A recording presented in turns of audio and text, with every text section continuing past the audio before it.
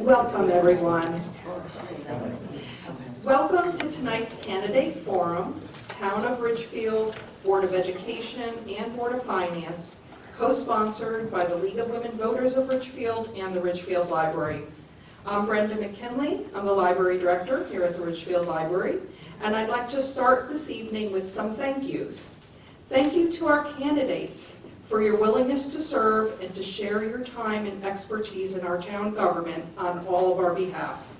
Thank you for being here tonight so the people whose vote you are seeking have the opportunity to hear from you directly. This is a cornerstone of our society. Thank you to the League of Women Voters of Ridgefield and our moderator, who will be introduced shortly. Your work and partnership in bringing this forum to the public is greatly appreciated. And I thank you all for attending. Our votes matter. Thank you for taking the time to learn more about those who will represent us. Many people worked very hard to make tonight possible, and this evening is a precious opportunity for all of us. And in order to make the most of it, I ask that we all abide by the simple code of conduct that the town of Ridgefield includes on all meeting agendas. All participants are expected to conduct themselves with dignity and to treat all those present with respect, empathy, and civility. In addition, I emphasize that the library's appropriate use policy prohibits disruptive behavior. Per the pre-arrangement with the candidates, their campaigns, and the League of Women Voters of Ridgefield, there is no video recording, please. The library is recording the forum, and the full recording will be shared with the League of Women Voters for posting on YouTube. Both the League and the library will be sharing the link broadly when it is available. I thank you all. It's my pleasure to call to the microphone Frances Walton, the president of the League of Women Voters of Ridgefield. Thank you.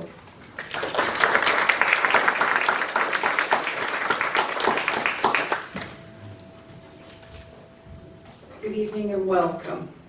Thank you for attending the League of Women Voters of Ridgefield and Ridgefield Library's Candidate Forum for 2025. On behalf of the League of Women Voters of Ridgefield, I am delighted that so many candidates accepted our invitation to attend this evening. The first forum will be for the Board of Finance. The candidates have drawn who will respond first, second, third, and fourth. The second forum is for the Board of Education, and those candidates have also drawn for question order. One of the candidates in the race has asked for accommodations, and per ADA guidelines, we have mutually agreed on 30 seconds extra per question for that candidate. Our moderator is Ms. Tisha Rossi, who is the co-president of the League of Women Voters of Connecticut. She will conduct the proceedings this evening. Ms. Rossi is a former academic book editor, and she was Vice President of the League of Women Voters of Connecticut for Advocacy and Public Affairs, and she is currently starting her second term as co-president of the League of Women Voters of Connecticut. The note cards on your seats are for vote411.org, a website created by the League of Women Voters US as a one-stop site where you can find out if you are registered to vote, where to vote, and more about the candidates running for office. Every candidate running in the municipal elections, not just those attending the forum, have been asked to participate, and you can see their responses online from tomorrow, October the 1st. This event will be taped by the library and directly uploaded to the League of Women Voters Ridgefield YouTube channel. No other taping or live streaming is allowed. I ask you all to follow the library's appropriate use policy and not to call out or interrupt proceedings in any way. We want all candidates to enjoy a respectful and civil forum. Thank you to the Ridgefield Library for being such a great partner to the League over many years, and for their help and support to provide voter education and information to our community. If you would like to learn more about the League, we meet the second Tuesday of every month for coffee and conversation at Queen Bee Coffee Company on Main Street. Everyone is welcome. And now, here is Ms. Tisha Rossi to start the proceedings.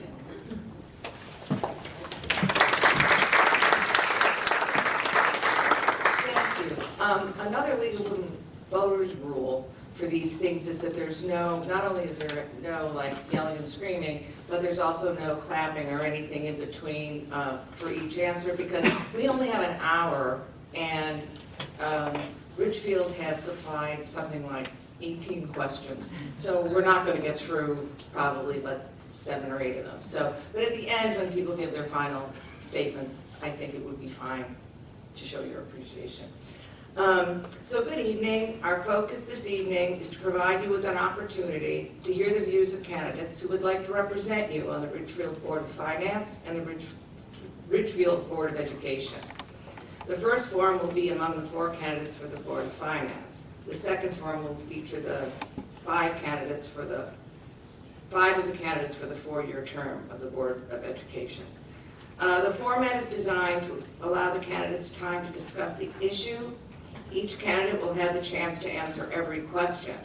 All candidates will have an equal amount of time, 1.5 minutes, to answer each question. A candidate for the Board of Education is asked for an accommodation, and consequently an additional 30 seconds per question will be allocated to them. Candidates may use all of their 1.5 to give a detailed answer, briefly indicate agreement or disagreement with another candidate, or choose not to answer. Timekeepers will time all statements as well as candidate responses to questions asked. The timekeepers will alert candidates with a sign when 30 seconds, 15 seconds remain, and to indicate when time has expired with a sign. The candidates will take turns being the first to respond, and I drew their names out of a baggie, and this is the order that happened. At the end of the forum, each candidate will have up to 2 minutes to make a closing statement. So it is now my pleasure to introduce the candidates for the Board of Finance. Oh, I didn't put these in order. Mr. Heiser. Mr. Heiser.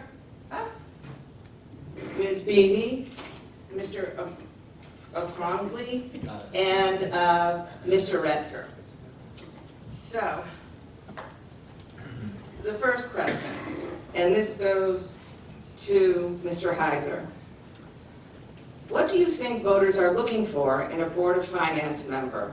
What specific qualifications do you have that make you that board member? Well, thank you for the question. Thank you for the League of Women Voters hosting this event. I really appreciate it. I think that different voters look for different qualities in the Board of Finance, and I'll give you 3 quick examples. We've all seen in real estate on Main Street, the young family with kids and they're window shopping. They're looking at a house. They want to make sure that Ridgefield is a safe place with a world-class education program, beautiful parks, parks and rec, youth sports opportunity, and that's one group. I remember I was on the Board of Finance for 24 years. I was chairman for 9 of those years. And I remember after one vote, there was a senior citizen, a widow, a lady that came up to me. She had very thick glasses. And she looked at me and she was literally tearing up and crying. And she said, I can't afford an increase in my taxes. It was a fixed cost that she just couldn't afford. She has a very different approach to what they expect from a Board of Finance member. And then finally, and I'm not minimizing this, but I was playing golf with a guy, and we were talking about corporate tax rates and corporations, you know, like Arlock has IBM headquarters. They get a lot of tax revenue from that. He said, I don't want one blade of grass developed in this town. I like exactly the way it is, and I don't want to see it incorporated. So I think that 3 different people have 3 different expectations, and the art is to apply and balance all those in a bipartisan way. Thank you.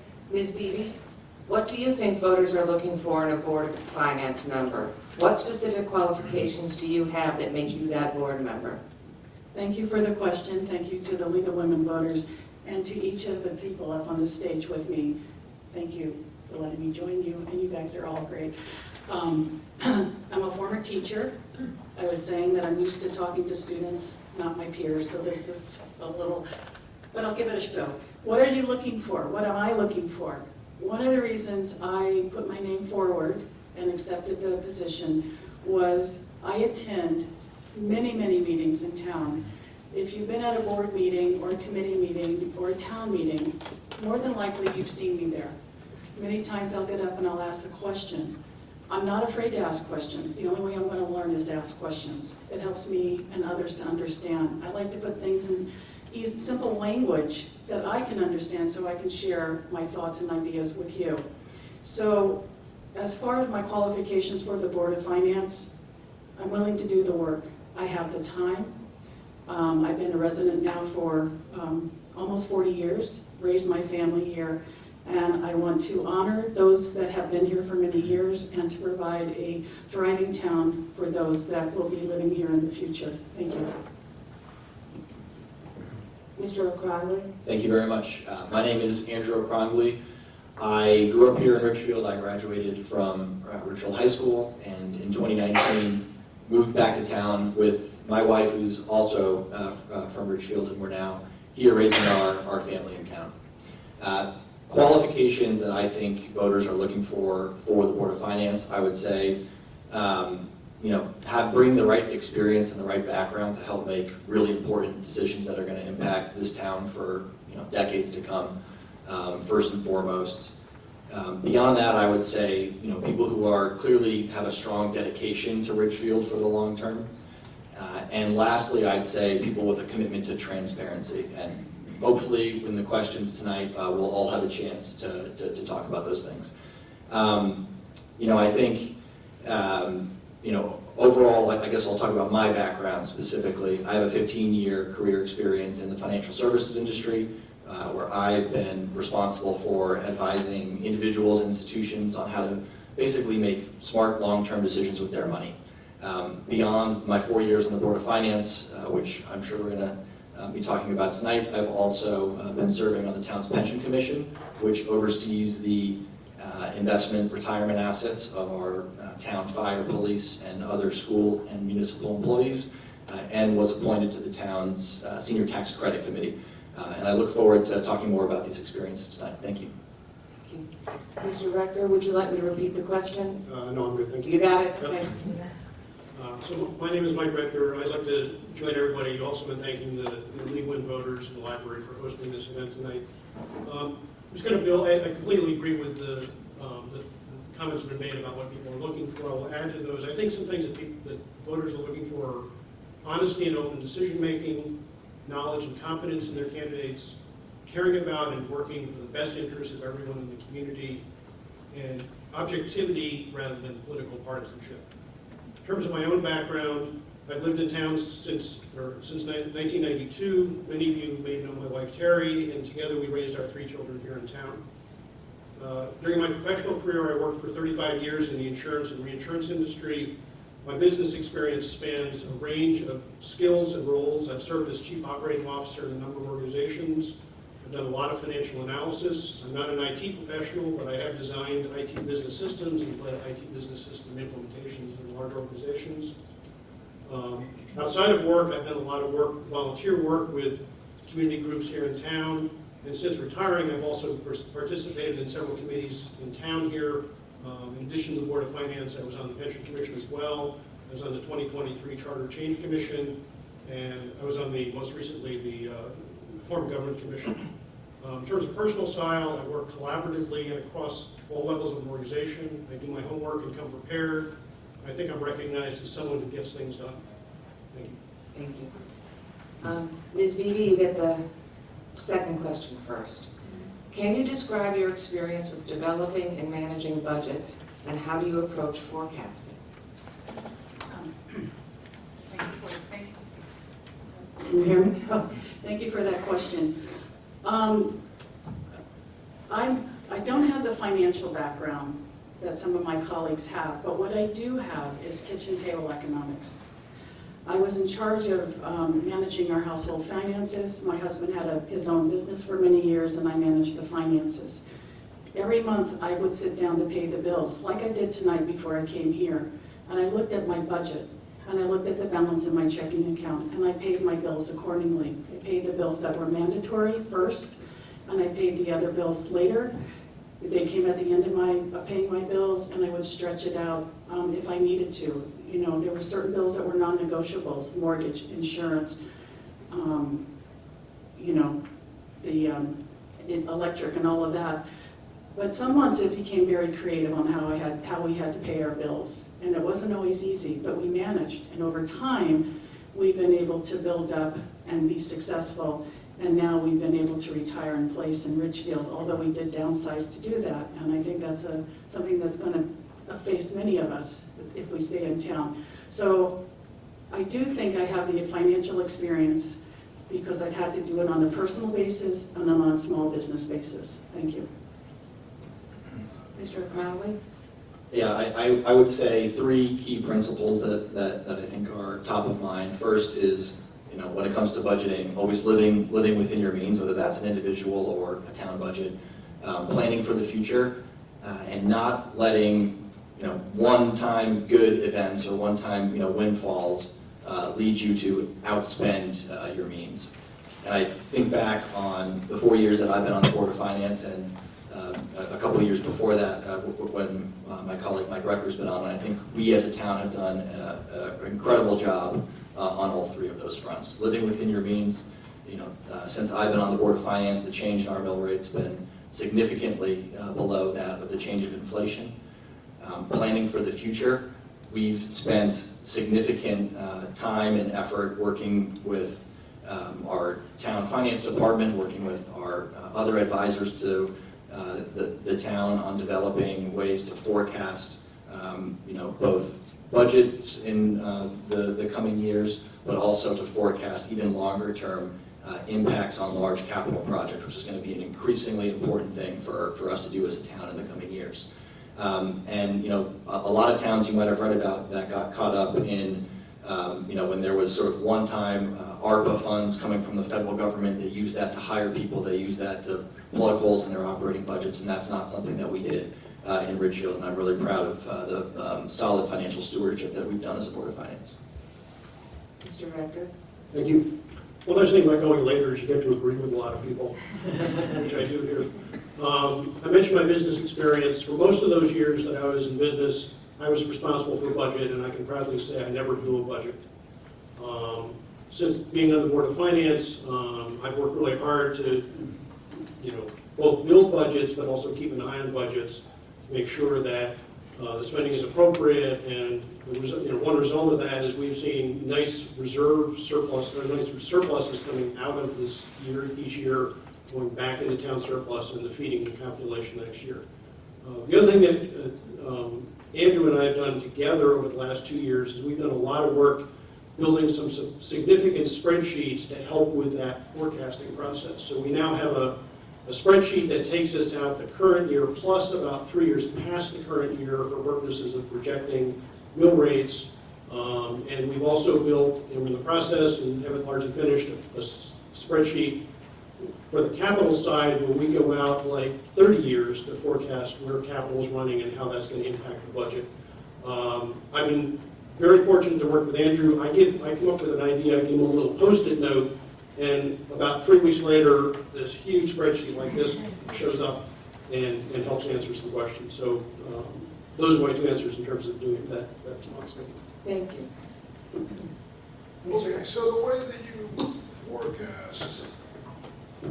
you forecast and budget from the Board of Finance's perspective is you do something like this. This is a somewhat famous yellow sheet. It's a projection. Many of you are way too young to remember, but in 2000 when we did the bundle, I think we passed $150 million to build the new junior high school and renovate a lot of other things. And as a Board of Finance, you have the power and the responsibility to hold people's feet to the fire and say, what is it going to cost? So there's all these projections that are falling out. They finally published one in the Ridgefield Press, if you recall that paper. And I had it copied in yellow. And so you had the 3-year budget, we had like the 10-year budget, and this was everything that they were going to cost, what the percentage of the interest payments were going to be, and we could hold everyone's feet to the fire on that. The other thing that you have to realize when you're on the Board of Finance is you have to manage through things like Sandy Hook. What does that mean for security in our schools? Hurricane Sandy, what did that mean? How do we manage that? The Great Recession of 2008, how do we manage through that? Where are there savings that are available? A $4.3 million check, which I'll tell more because I'm getting cut off. But all of a sudden, a windfall of $4.3 million. The sharks were circling for that. Everyone wanted it. What did the Board of Finance do? Give it back to the taxpayers. That's what you'll get. Thank you. Mr. O'Connell, you get the first question, this question first. What do you believe are the most significant opportunities and threats facing the town? Sure. I'll start on a positive note, opportunities. I think one of the things that I'm really excited about is the being able to serve on the Senior Tax Credit Committee, which just recently, in the past couple of weeks, if anyone was at the Board of Selectmen meeting, we presented a proposal on how to evolve the senior tax credit, which had not been changed since 2008. And so I think this is a really important tool in the town. It hasn't kept up with the times, and hopefully one of the things that I'll be able to do if I'm fortunate enough to stay on the board for another 4 years will be to help oversee the phasing in the recommendations that ultimately get decided by the Board of Select Persons. Threats and challenges, I definitely think that there's certainly going to be more capital forecasting and capital projects that are coming both to everyone in this room and everyone who's eligible to vote in referendums. Obviously, the PDFD building, the public safety building, is the most immediate one of those, and I'm sure we'll probably be talking more about that tonight. But I think the ability to forecast and accurately understand the implications, not just for today or tomorrow, but 10, 20 years, which is how long we'll be paying off projects like this. I think that's going to be a critical skill set for the Board of Finance in the coming years.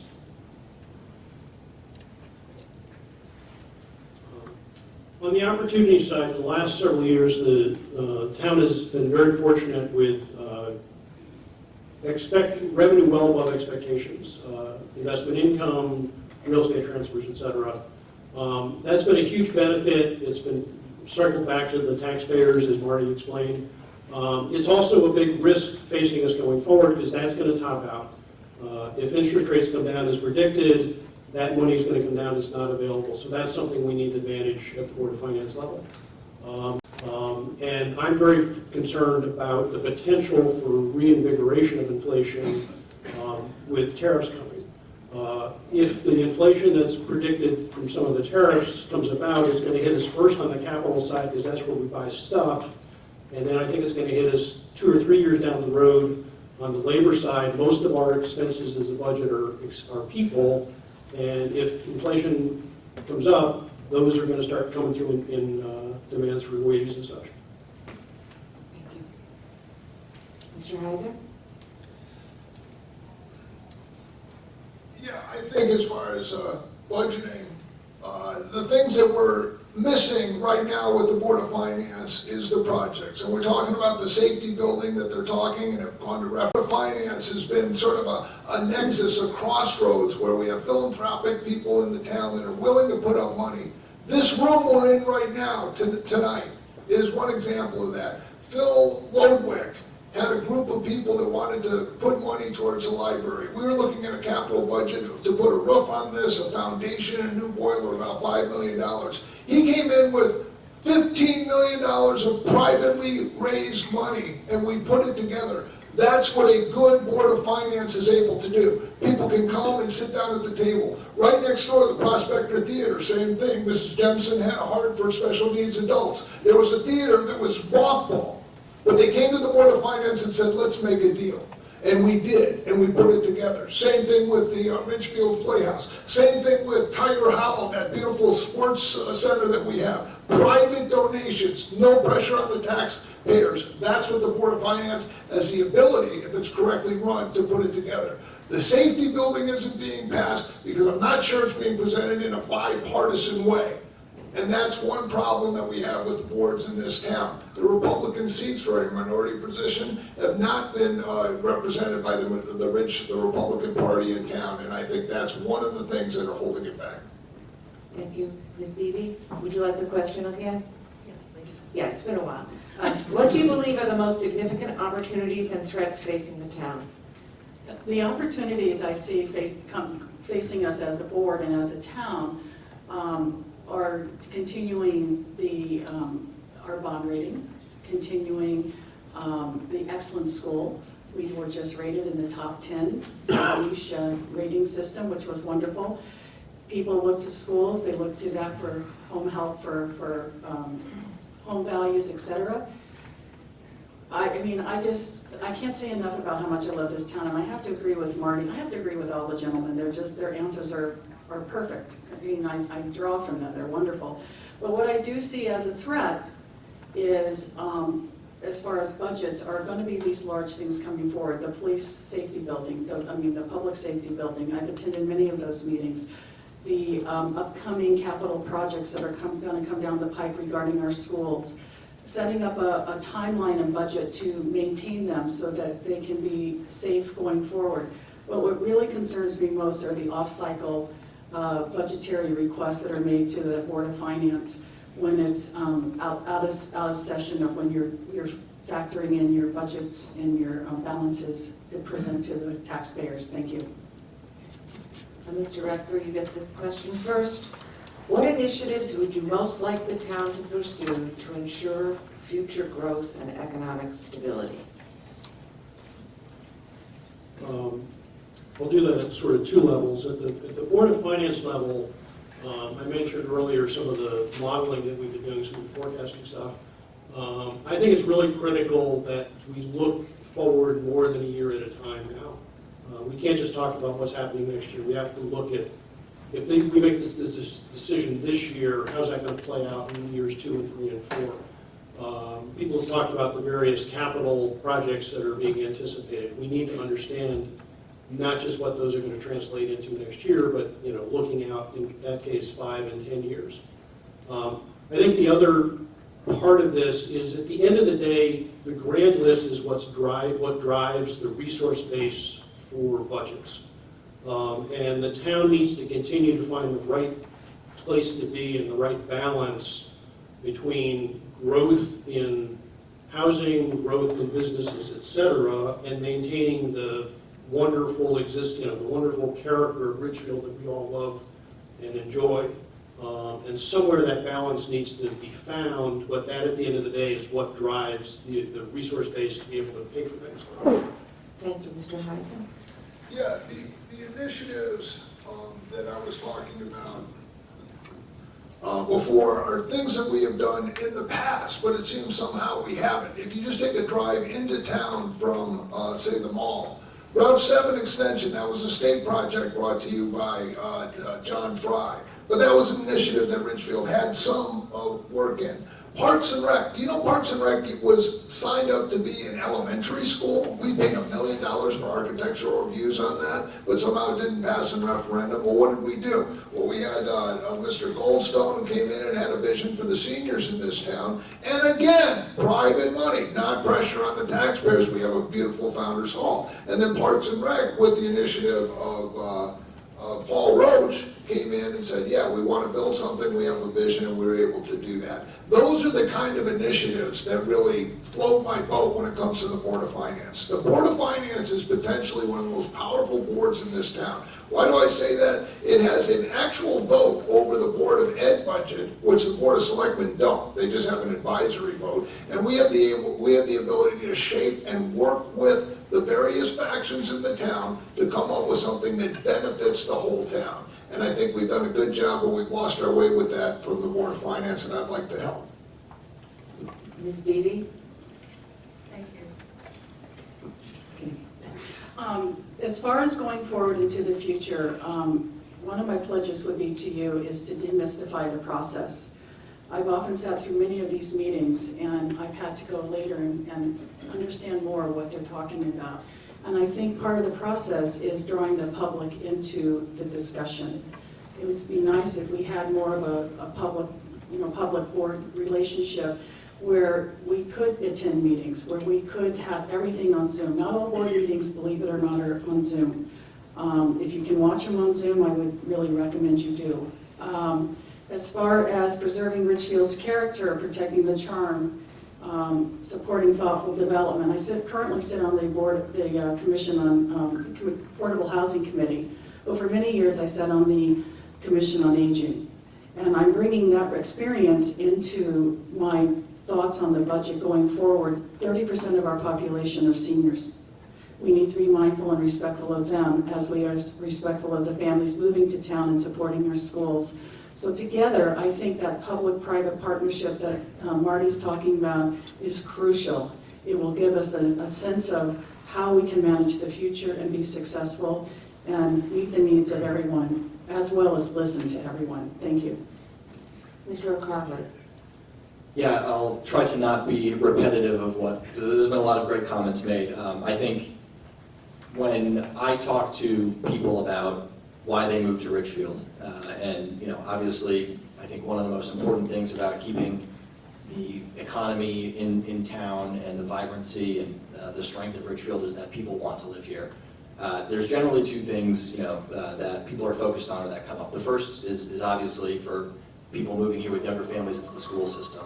It's our biggest asset in town, and protecting that asset, investing in that asset in a responsible, balanced way, I think is probably top of the list of things that we need to do as a Board of Finance that are under our purview. Certainly, growing the grand list in a way that fits our town and that preserves our town. Sure, that's I completely agree. That's important. But things that Board of Finance really has the most oversight over, I think it would pertain to a continuing to send to the voters balanced budgets that protect the town's largest asset in our school system. Because the other thing that virtually everybody wants to talk about when they choose Ridgefield or when they're moving to Ridgefield is our taxes and keeping, ensuring that we not only keep Ridgefield a great place to live, a great place to raise your family, but an affordable town as well. And so that's what I'll be focused on. Thank you. Mr. Heiser, you get the next question first. This question came from someone who is here. Is supplying affordable housing a priority for you? If so, how would you increase the supply?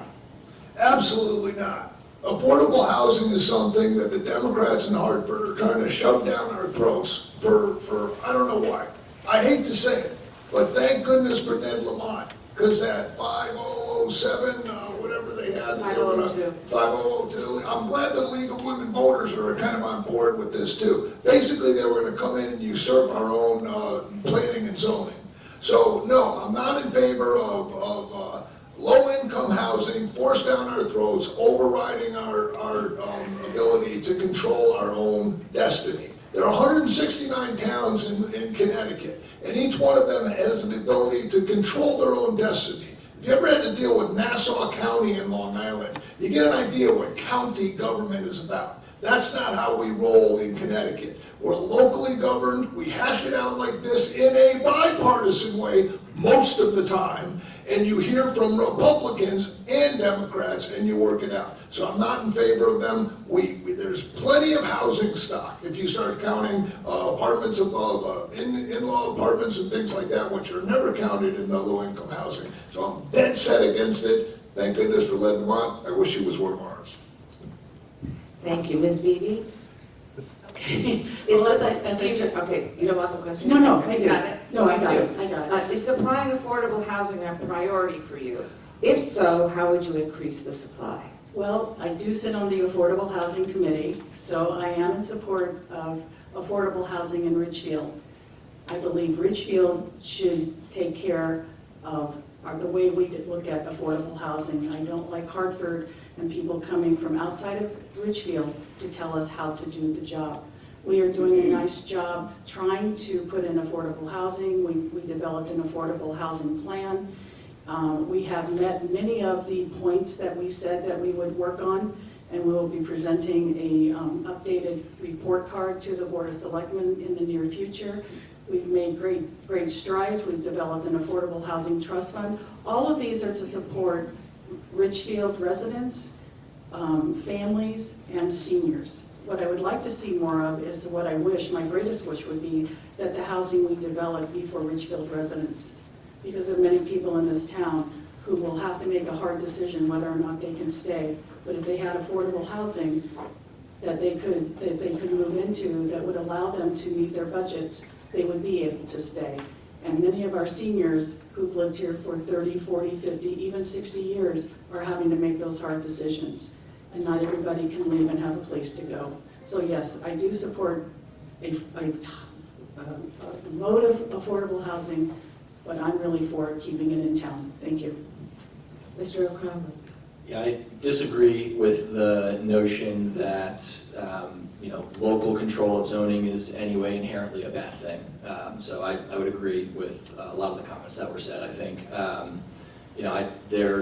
as far as how to create more affordable housing in town, I think that would be something that if it was under our jurisdiction, which it's not, I would try to push more of the incentive and the control of that on local planning and zoning boards, local boards and towns to figure out the way that fits their community to best do that. But I think that's all I really have to say.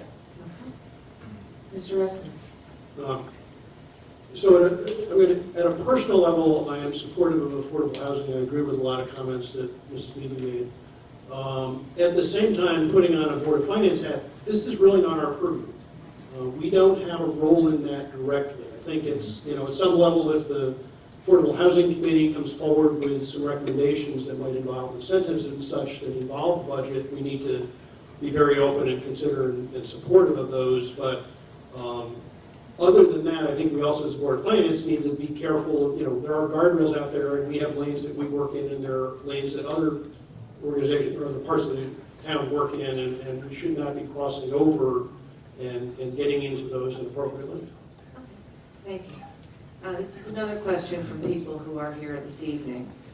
Have you ever done a cost-benefit, this goes to Ms. Beebe first. Have you ever done a cost-benefit analysis on funds received from the state or the federal government? My personal. Only on my personal finances and my taxes.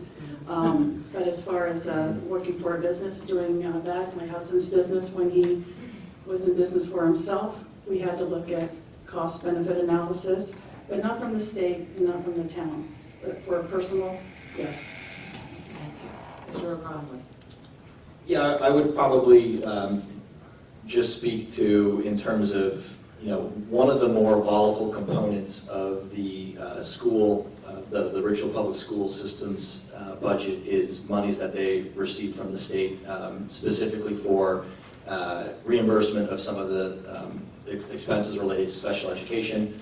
That's not only is it obviously not under our direct control what we receive, given it's decided in Hartford, but there also has been extraordinary volatility and unpredictability associated with that, with those funds. And so that's been one of the challenges, not only for the Board of Finance, but also for the administration and their finance department. And we have done some analysis on how we can try to overcome that challenge, but it's it's certainly something that is top of mind for us when we're going into the budget season, and this most recent budget season in particular, that was something that we met and spoke with the administration and the Board of Education about quite a bit. Thank you. Mr. Redford? Thank you. I'm going to do this in three pieces. So first I'm going to build on what Andrew said. The town does get about $1.4 million, $1.6 million from the state to help support the cost of special education. Special education is a critical need for many, many families in this town. It's also a rising cost in terms of the education budget. So those monies are very, very valuable to town and taxpayer in terms of holding down the mill rate. So I don't see any real downside to those. There's a second bucket on the town side, and there's something called Town Aid Road, and there's something called LoSIP, which it can be, those two basically do things like they pay for plowing the roads when there's lots more snow than we expected. A lot of the new sidewalks you've seen around town are paid for by LoSIP funds. Again, those are funds that support capital improvements and operating costs that, to me, don't have any downside in terms of getting the money and using it. On the federal side, the town really has very little federal money involved anywhere. It's about $1.2 million to $1.6 million of federal grant money, Department of Education, that comes in largely in support of special ed. That seems to be fairly stable. And I think, it doesn't impose any huge costs to the town that I'm aware of. Thank you. Mr. Heiser? So after being on the Board of Finance for 24 years and chairman for 9 of those years, I'm a bit of a geek when it comes to these numbers. There was a state budgetary plan that put out, and out of 169 towns in Connecticut, or 169 towns in Connecticut, state aid as a percent of total revenue, we were 164. Now, this is going back, 20 years or so. Then as far as state aid per capita, we were number 162 out of 169. We don't get butt kiss from the state when it comes to that. You want to know who the highest ones are? Hartford, New Haven, New London, Bridgeport. I'll let you connect the dots on how that all works, but basically we're helping to fund the Board of Ed budgets of some of these other towns. We don't get a lot of money from the state. That can be a blessing and a curse. But when we don't get money from the state, and then the state wants to come into Ridgefield and dictate our planning and zoning, that's where I kind of draw the line. So I agree with my august fellow candidates here that we really don't get enough. We're in our boat all together. If we want to have a top world-class institution within our schools, and we do, we're going to have to pay for it ourselves, which we willingly do. Thank you. Mr. O'Connell, you get the next question first. What can be done to alleviate the tax burden for people on fixed incomes? Well, I think first and foremost, it comes down to the annual, budgeting process. And again, I think one of the things that I've tried to focus on the board has been to move away from only focus on year over year and immediately what's in front of us and look further out. I think long-term planning to help not only alleviate the tax burden, but help smooth the ride and make sure that there's no, year over year surprises that really challenge people when they're sitting at their kitchen table and making their budgets. So I think the biggest responsibility we have is just in making sure that we continue to put forth responsible and balanced budgets that continue to, if there are mill rate changes, that they're well below the pace of inflation, which they have been. And then I think I would echo again that, when you think about people that are on fixed incomes, generally speaking, that's, people who are in retirement. And I think the senior tax credit program for our town is a tremendous tool that we have that's gone underutilized for the past decade plus. And so the changes that hopefully the Board of Select Persons will agree to will both help expand that program and hope also to make the funds more targeted at people that have lived in town for a long time and or people who are below a certain income level. So I think that will help alleviate and target that population. Thank you. Mr. Edgar? Thank you. I want to start by just giving Andrew credit here. As he mentioned, there is a task force that's been looking at this. They presented recommendations. Andrew had a lot of responsibility for this getting moving. He started working 2.5 years ago on his own looking at this thing. He's not 65. He's not 55. He got interested in this, started looking at it, did a bunch of research. He came to the Board of Finance a 1.5 years ago and brought it to our attention, and we said, you really need to go to the Board of Selectmen, which he did, and that largely resulted in the task force getting started. So he gets a lot of credit for this moving ahead. On the Board of Finance side, we are aware of this. We had a lot of discussion over the last month or two in anticipation of expected changes that will come through on the senior tax credit. We're spending a lot of time and energy looking at how do we manage the budget, how do we control cost requests in the other areas of the budget in order to make room and be able to accommodate the impact of this on the overall budget without having a big impact on the mill rate. I think the third piece is just, as Andrew said, it's basically trying to keep the rate of mill rate growth below rate of inflation as much as we can. Thank you. Mr. Heiser? Ridgefield is an incredible town to retire in. The benefits that we have for our seniors are many. Founders Hall is not the least of them. There's a senior tax credit, but as he points out, sometimes seniors don't know about that. Now, let me tell you a quick story about Bob Hebert. He was, among other things, and he never says it, but I do, he won a Bronze Star in Vietnam, and he was a member of the Board of Selectmen. When he heard about this, he figured out that whatever it was, 700 seniors did not know about that. He paid and wrote a letter to every single one of them, and you saw a large uptick in seniors availing themselves of the senior tax credit. It's that kind of initiative, bipartisan Republican initiative, that you see, and it makes it more affordable for the seniors to stay in town. It's a wonderful place to retire. People have horror stories about Florida and hurricane taxes and hurricane insurance and everything else. Real quickly, I just want to go to one other geeky fact. Here we go. Percentage of graduates attending 2 to 4 year college. There are 169 towns in the state of Connecticut. Ridgefield is #1 with 94.5%. This is a couple of years back, but there's good news in all this as well. We don't get money from the state, but we do a darn good job raising our kids and educating them and taking care of our seniors. Thank you. Yes. Yeah, it's just rambling. What can be done to alleviate the tax burden for people on fixed incomes? I will agree with all the three gentlemen on the stage. I think keeping our budgets within line of the monies we take in, keeping the mill rate below the prevailing interest rates. I would like to see us not always going to the fund balance to make sure that our mill rate is below the percentage of rate increase. But more importantly, I have to commend Andrew for the senior tax credit. The one area that's not addressed in the senior tax credit are for seniors who haven't lived in town for a long time or who are now renting. And if you're renting, as far as I understand, there is no senior tax credit, yet we pay our property taxes through our rent. And I'm hoping that this will be addressed, and I brought that up at the town meeting when they presented the senior tax credit. So I would like to see that become a possibility, but more so, we have to know how we're going to pay for the senior tax credit, and it will come out through our taxes and our tax rate. And again, you know, we're not a policy board. We look at the numbers and we balance what we have against what the needs are of the town, and we make it work. And I would like to see that continue going forward. Thank you. Thank you, Mr. Rutger. You get the next question first. What information do you consider when evaluating capital requests?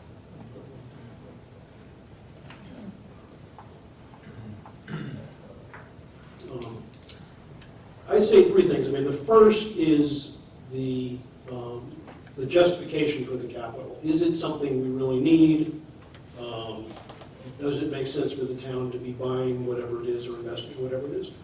I think the second thing that I look at all the time is what's the size of the request and what's the expected life of the thing we're buying? I mean, we should not be using, and we don't, but we should not be using the capital budget to fund things that really should be operating. That's where they should stay. At the same time, we should also not be using capital budget to buy things that have a very short lifespan. When we borrow, we're borrowing over 20 years. We're paying off those borrowings on average in 8.5 years. If something is a 5-year item, we should not be building that in capital.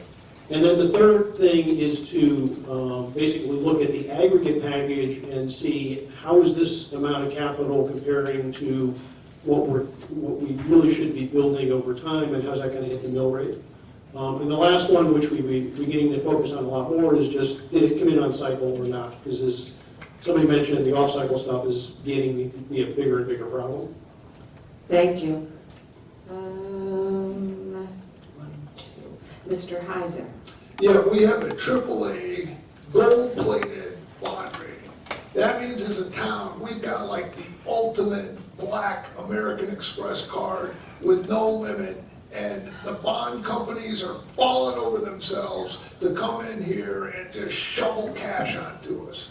That's good, but it's not a good situation to be in if you don't have a on-the-ball, intelligent Board of Finance that says, everyone just chill out, what do we really need? And when we did this budget, when we did the bundle for $151 million, We went through it, we scrutinized it, we said, what do you really need? What is it? What is the school board population? Can we afford this? What are our interest rates gonna be? What is the percent of the total budgets that's paying interest? You see what's going on in the federal government, it's ridiculous. We spend more money on interest on our debt than we do on the military.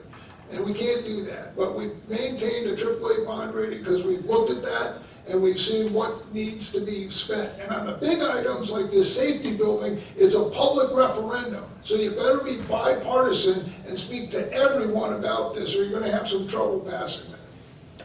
Thank you, Ms. Beebe. What information do you consider when evaluating capital requests? I know, and I agree with what's been said before, to look at what we need before we look at what we want. And there are many needs that are required in this town, whether it's capital budget or operational budget, physical plans such as schools, the public safety building. There are certain things we need in this town. And to what Mr. Rector said, I agree with him also, is we need to really define what is a capital project, what is a capital request, because there seems to be some fuzzy lines around that term, you know, where it comes out to a 5-year longevity maybe for software. Is software really a capital project or is that an operational expense? So I think, you know, redefining what some of the things are that we need will help us to develop a budget going forward that works for all. Thank you. Mr. O'Croft. Yeah, I think I'll focus on 2 quick things in the interest of time. One, I agree defining what a capital item is critical, and that's something that the current Board of Finance has been taking more of an interest in and working with the town finance department to help disseminate that to the various parts of our town government. The second thing I'd say is, clearly this comes, any capital opportunity project comes down to a cost-benefit, decision. And I think one of the things that we've been able to develop and are now able to illustrate and communicate in a much more clear way is exactly what that cost looks like. It's not just a big number today, but it's a real impact on mill rates and a real impact on the property taxes of every homeowner in town and people paying rent 20 years into the future. And so I think continuing to help, there's a lot of ways to focus on transparency. I know I mentioned transparency at the beginning. I think this is a very important higher level approach to transparency, which is when we're considering a capital project, being able to transparently communicate and understand what that's going to cost me for the next 5, 10, even 20 years. Thank you. Mr. Heiser, how do you approach risk assessment and decision-making?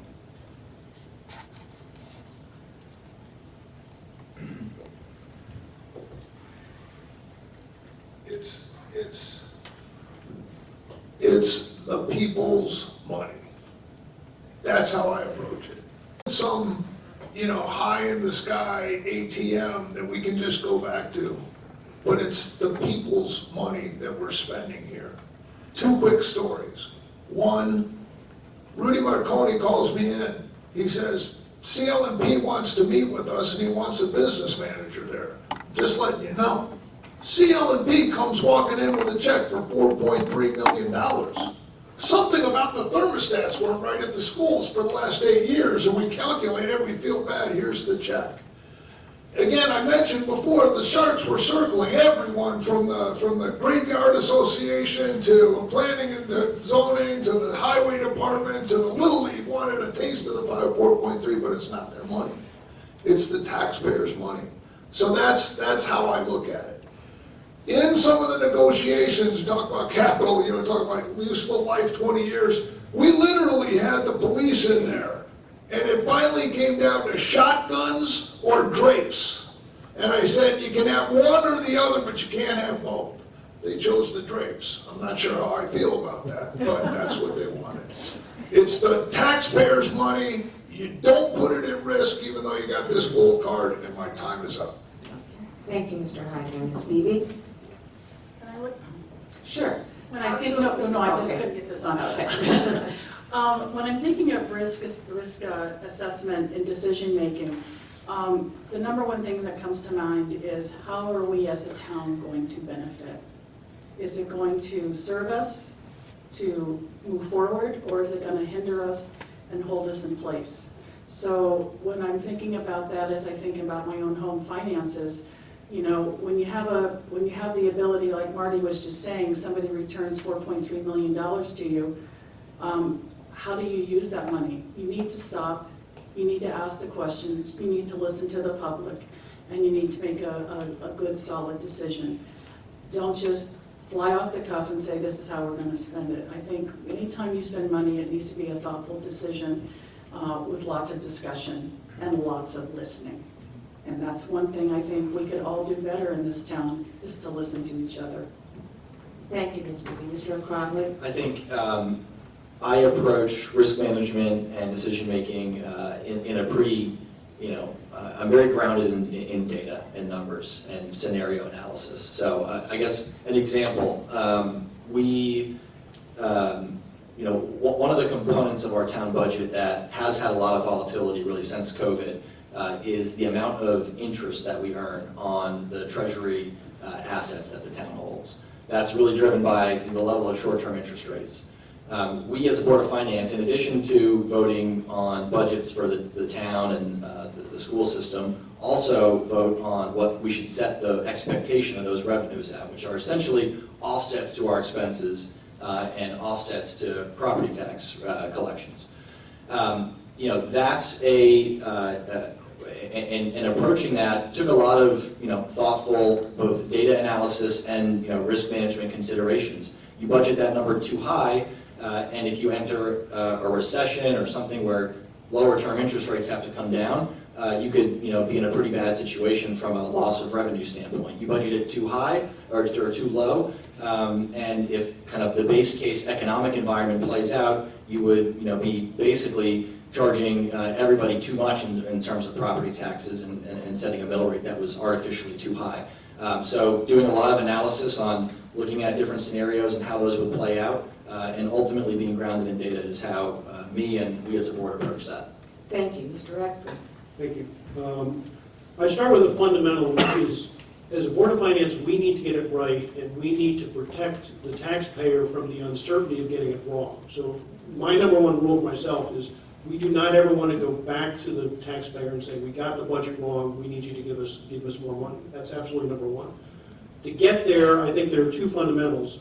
We have to be very thoughtful about the sources of money that we're building into the budget. As Andrew mentioned, he referenced that during COVID, there was this money called ARPA that was floating around. The town, as well as the school district, was very, very smart. We used none of that money in operations. So when it went away 2 years ago, we didn't have an impact, unlike many communities, both in Connecticut and throughout. And the second one ties back to what Andrew said. There are sources of supplemental revenue that beyond property taxes that can be very volatile. This is where we need to be very thoughtful about looking at them both in the short term, but also going back to the forecasting. We need to understand if we're going to build in investment income, not just what that looks like this year, but what's it going to play out over 2 or 3 years, and how does that play into potential mill rate changes down the road? Thank you. I think if my watch is correct, I think it's time to turn to closing statements. So the timers will give everybody 2 minutes, and Ms. Beebe, you have the first opportunity to make a closing statement. First of all, I'd like to thank the League of Women Voters and the library for hosting this tonight, and to the 3 gentlemen that are on the stage with me for their thoughtfulness and great words that they put forward to the public. When I chose to put my name forward for the Board of Finance, I really had to give it a lot of thought. And I had to have a discussion with my husband, because of the commitments. But I'm already committed to this town. I've lived in town for close to 40 years. I raised my sons here. One is back in Ridgefield with his wife and 3 daughters. And this is our home. We're not going anywhere. We sold our house 9 years ago and moved into an apartment in town so that we could stay here, because we call Ridgefield our home. And I want to age in place, and I want to continue Ridgefield's growth and prosperity as a place for families to come to that can also age in place and choose to stay. So I've served in many capacities within town. You know, I've served on boards. I've also served on nonprofits. I was a teacher for many years. I drove a school bus in town. For those who did not know, I may have driven your children at one point. And I did that to supplement our income when our income wasn't meeting our needs. And so you do what you have to do. And I think that what the Board of Finance does what they have to do to make the town work. They look at the numbers, they look at the revenues that come in from our property taxes, they budget carefully, they question the Board of Selectmen and the Board of Education, they give advice, they don't set policy, they give advice, and together, as a tri-board, they go to the community and they ask you for your questions, and they ask you for your support. And so that is what I'm offering to you to be able to do. Thank you. Mr. O'Crockley. Thank you. Echo Andrew's comments. Thank you, everyone here, and for the League of Women Voters and Library. I think I'll go back. Actually, I really liked the examples that Marty gave in his opening statements about the different people in town that have sometimes very different, sometimes even opposing perspectives and views on what the Board of Finance's job should be and what should be top of mind for us. And ultimately, I do think that this job, it comes down to balance. I think as I look at my experience, I grew up here in town. I have numerous family members, friends who have been longtime Ridgefield residents, a lot of who are retiring here, part of our senior community. But I'm also a dad of 3 young kids, and I'm on the soccer sidelines on Saturday, and I'm talking to parents at drop-off and school pickup. So I'm hearing, what is top of mind? What do people care about? What are people hopeful for? What are people scared of? I'm hearing this from, a lot of different perspectives in town. And I think it's kind of this experience, personal experience I have, as well as my own personality, which I would describe as being very open-minded, but at the end of the day, still very grounded in data, that I think has made me a really effective member of the Board of Finance for the past 4 years, and I think would continue to make me serve in an effective manner on the board, and ultimately, hopefully continue to make decisions that were, for the collective good of this town that I know everybody here and everyone on the stage really cares about and loves a lot. Thank you, Mr. Rector. Thank you. I'd also like to add my thanks to the League and the Library for holding this. Also, thank you for making the choice to be here rather than watch the Yankees game, so appreciate that very much. As you think about who you want to represent you over the next 4 years on important budget and financial matters of the town, I want to answer the question, why Mike Rector? I'm a long-term resident of town and care about it deeply. As I mentioned earlier, throughout my business career, I've served in a number of senior operating roles, and I bring that experience and perspective to my participation on the Board of Finance.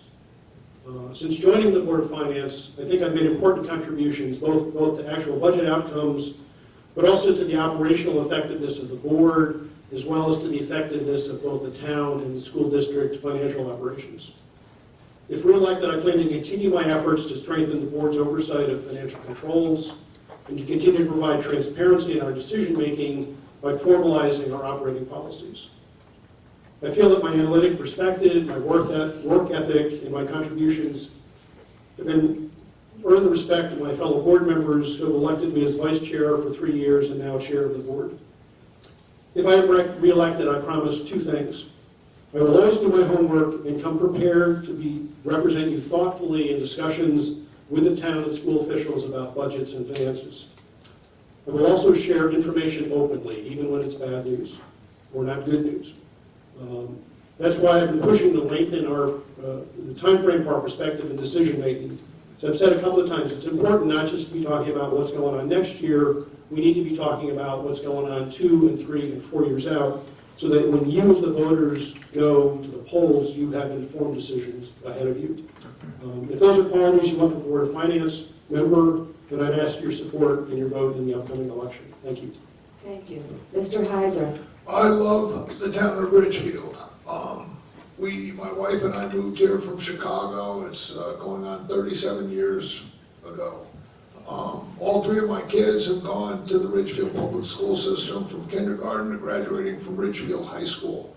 I still live in the same house I've lived for 30 years, and now I've got 5 grandkids, another one on the way, so let's round it up to 6, and they come back and visit. I love this town. I love knowing the people. I love having a hand and from the Board of Finance perspective in helping. I think we need bipartisanship in this town. There was a gentleman named Bernie Dolinsky. When I first came on the Board of Finance, there was Mr. Craig of Craig's Jeweler and his father, and there were 4 Republicans and 1 Democrat. The chairman of the Board of Finance was Bernie Dolinsky, and he was the lone Democrat. It's that type of bipartisanship I think we need in this town right now. God bless all the Democrats. I love each one of you intensely.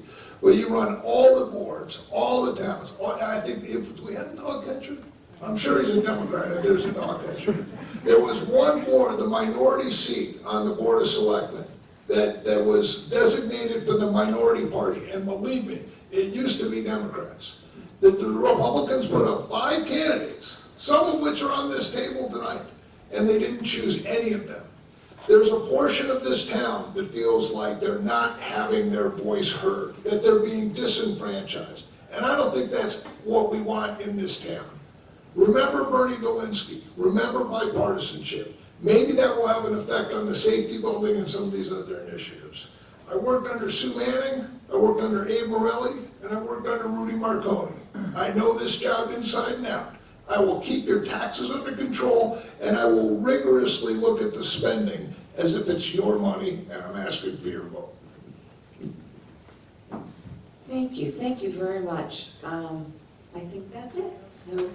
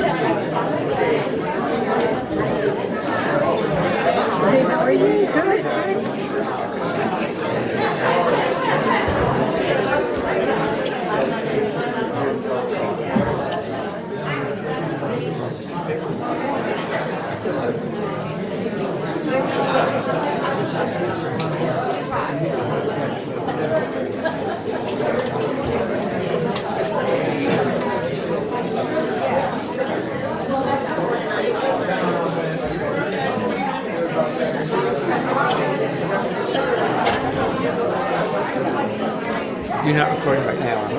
Oh, yeah, it's all right. I saw your daughter up there volunteering. You're so cute to go. Really impressed. So glad you're here.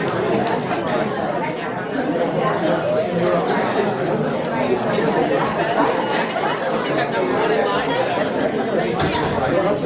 why not?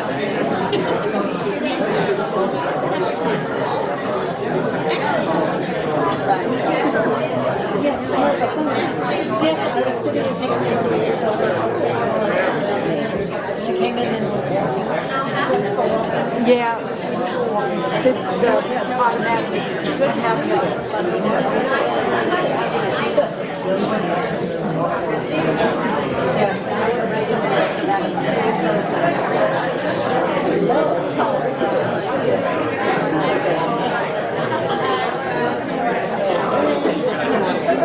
For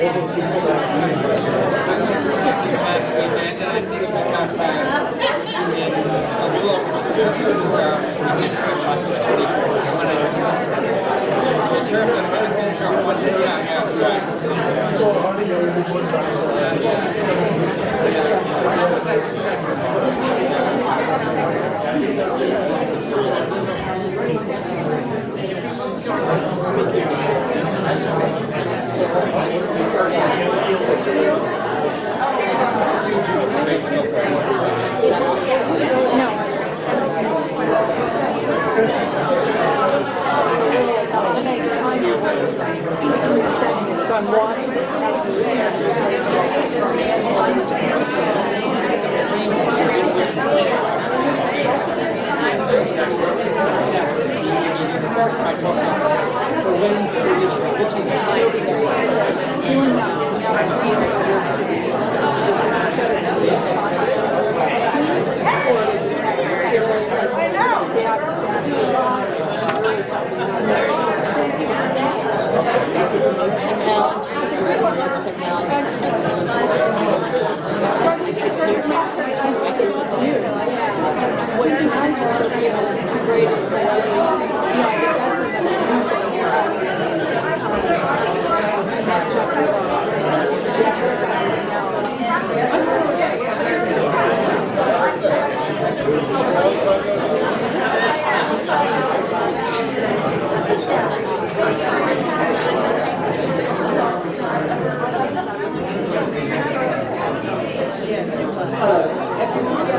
I wonder if you can take your seats. The main features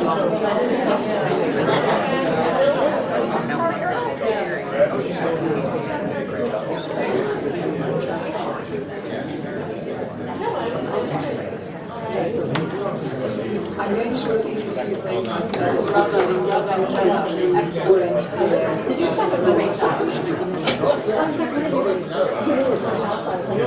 So this forum is recorded by the Ridgefield Library, who will then upload it to the League of Women Voters YouTube channel, and that link will then be shared by the library and the League of Women Voters of Ridgefield. No other taping or video recording is allowed. The moderator, Ms. Tisha Rossi, who is the co-president of the League of Women Voters of Connecticut, will go over the rules again with everyone, and I'm delighted to say welcome to all our candidates. We're delighted so many candidates have accepted our invitation and that we can have a candidates forum. Thank you so much, Ms. Tisha Rossi. Good evening. For those of you who are here for finance, I think this is going to be very familiar. Our focus this evening is to provide you with an opportunity to hear the views of candidates who would like to represent you on the Ridgefield Board of Education. The second forum, which is this one, will feature the 5 candidates for the 4-year terms for the Board of Education. The format is designed to allow the candidates time to discuss the issues. Each candidate will have the chance to answer every question. All candidates will have an equal amount of time, 1.5 minutes, to answer each question. A candidate for the Board of Education is asked for an accommodation per ADA guidelines, and consequently, another 30 seconds per question will be allocated to them. Candidates may use all of the 1.5 minutes to give a detailed answer, briefly indicate agreement or disagreement with another candidate, or choose not to answer. Timekeepers will time all statements as well as candidate responses to questions asked. The timekeepers will alert candidates with a sign when 30 seconds, 15 seconds remain, and indicate when time has expired with a sign. The candidates will take turns being the first to respond to each question. The order of who goes first was decided by chance earlier this evening. At the end of the forum, each candidate will have up to 2 minutes to make a closing statement. So if someone will remind me when there's 10 minutes left, since we have 5 people, please. It is my pleasure to announce the candidates for the 4-year terms for the Board of Education. Catherine Graff. Oh, I'm so sorry, I wrote this in the wrong. Catherine Graff, Ms. Franceschini, Mr. Siegel, Ms. Rice, and Ms. Malhotra. So, the first question goes here, down the line, and then it moves so that nobody has to be the first answerer of every question, nor be the last answer of every question. So this is the first question, and it goes to Ms. Graff. What do you think voters are looking for in a Board of Education member? What specific qualifications do you have that make you that board member? Okay, this one, Okay. good. Thank you to the League of Women Voters and the library for hosting us here.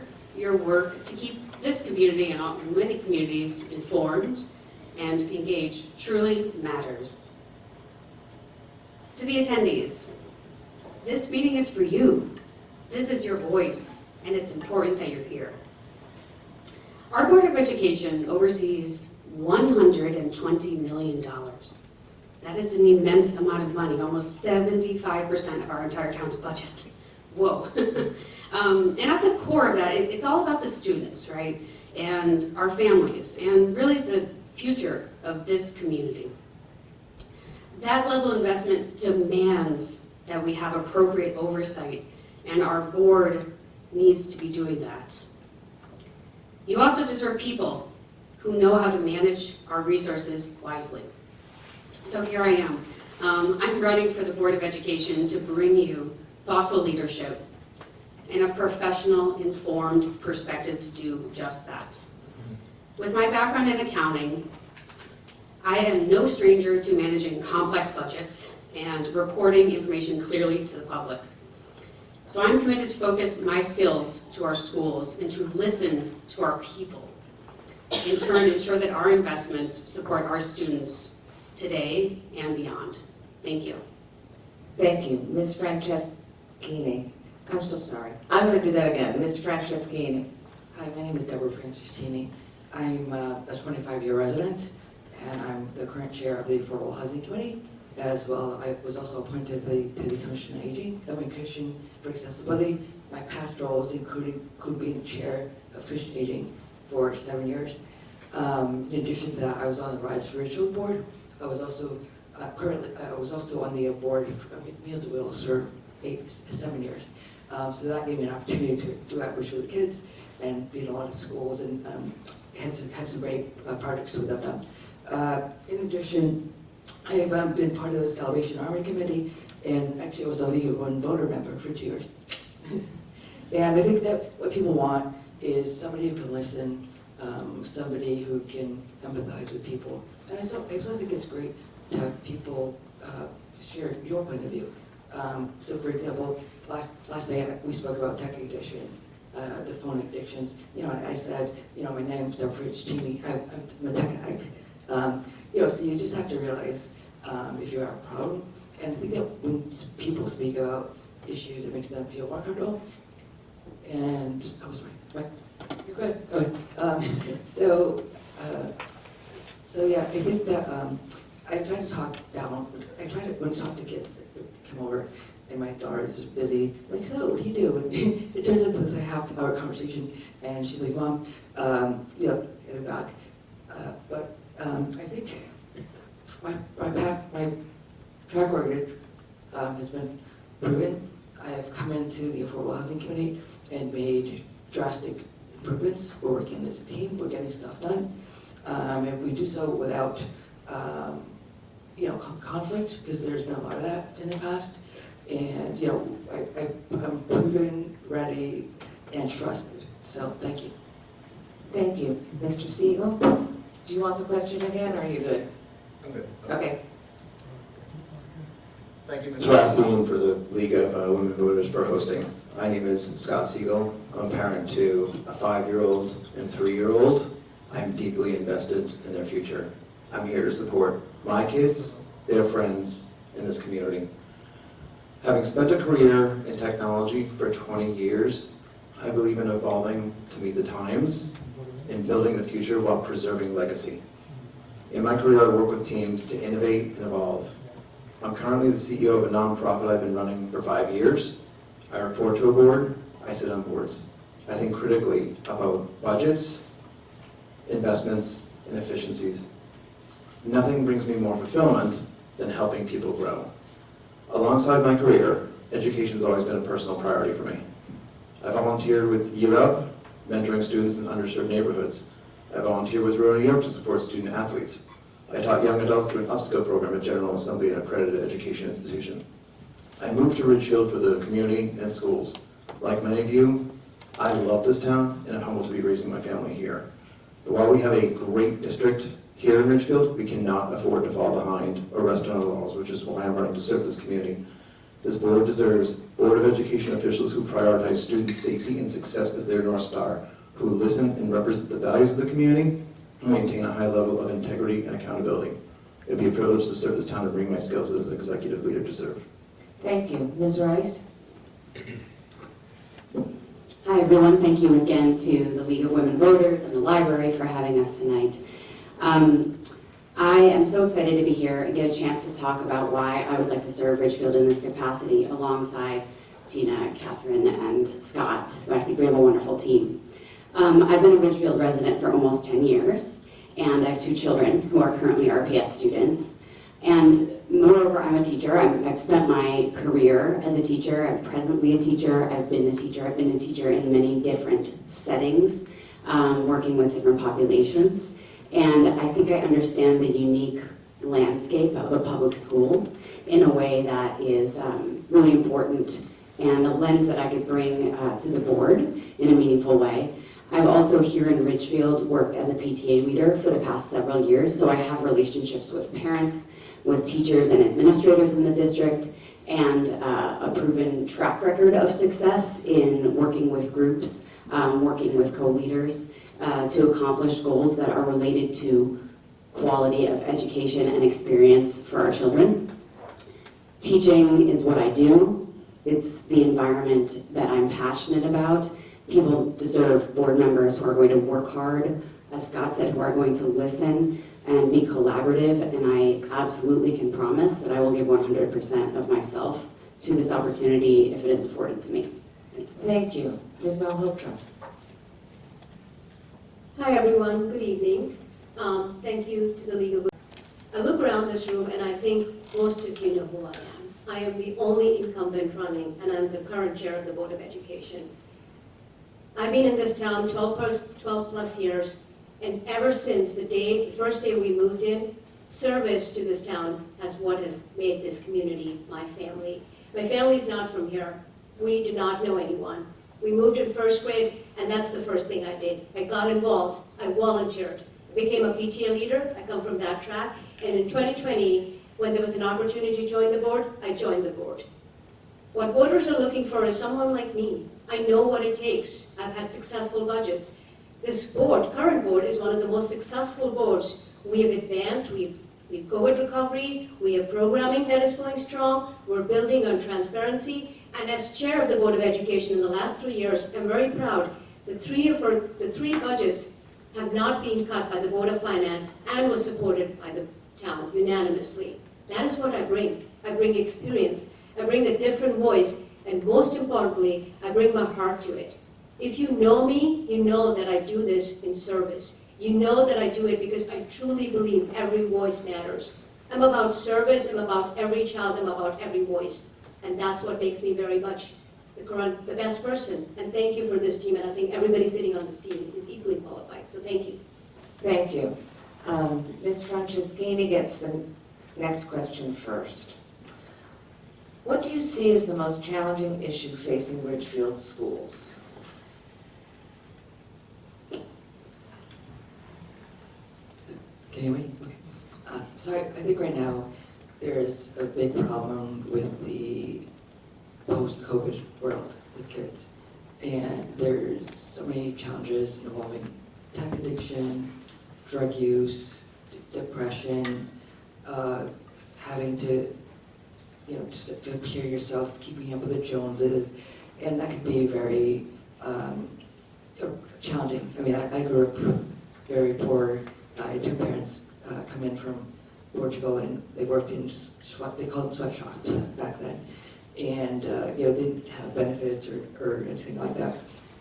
So I think that from my perspective, I'm always a person that I worked all the budgets I worked on. All the committees I worked on, we've never had any budget, but I found ways to make things happen with no money, and it's all about making relationships, not just with the BOS or Board of Finance, but beyond that. I mean, there's lots of organizations in town that I've worked with on a regular basis and brought them into the mix, and there's synergies there. And I think that more of that needs to be done because we're a town full of brilliant people, and I think sometimes that we have to bring those folks to the table because they can probably offer things that we haven't thought about. And I think that, obviously, special education will continue to be an issue. And, I think honestly, I think that we really don't get the same amount of money because the cities do. But I also think that we as a DIRG can come together and advocate at the state level, for our share. Thank you. Thank you. Mr. Siegel? So when I coach soccer on the weekends, and I have an opportunity to hear from parents an awful lot within the girls team for my first grader, as well as time spent knocking on doors over the last several weeks. Has had a really fantastic opportunity to really hear the patterns and to hear the themes that continue to come up over and over again. And that's something that I bring from a professional perspective, working with very large groups of stakeholders of where can we find those patterns and where can we actually build consensus and kind of march those issues forward.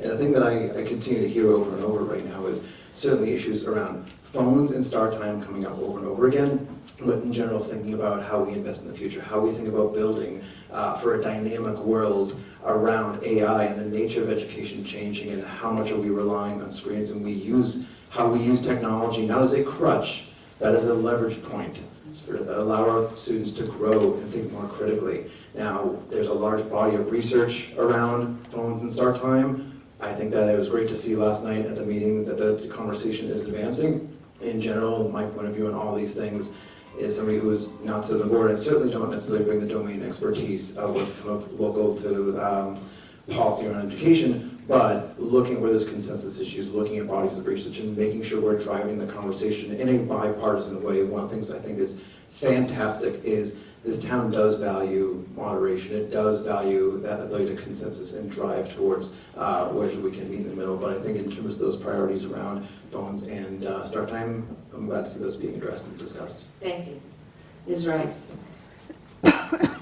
Hi, so one thing I didn't say before is that I've actually had the privilege of working as a guest teacher also here at RPS. That's what they call a substitute now. Guest teacher, sounds fancy.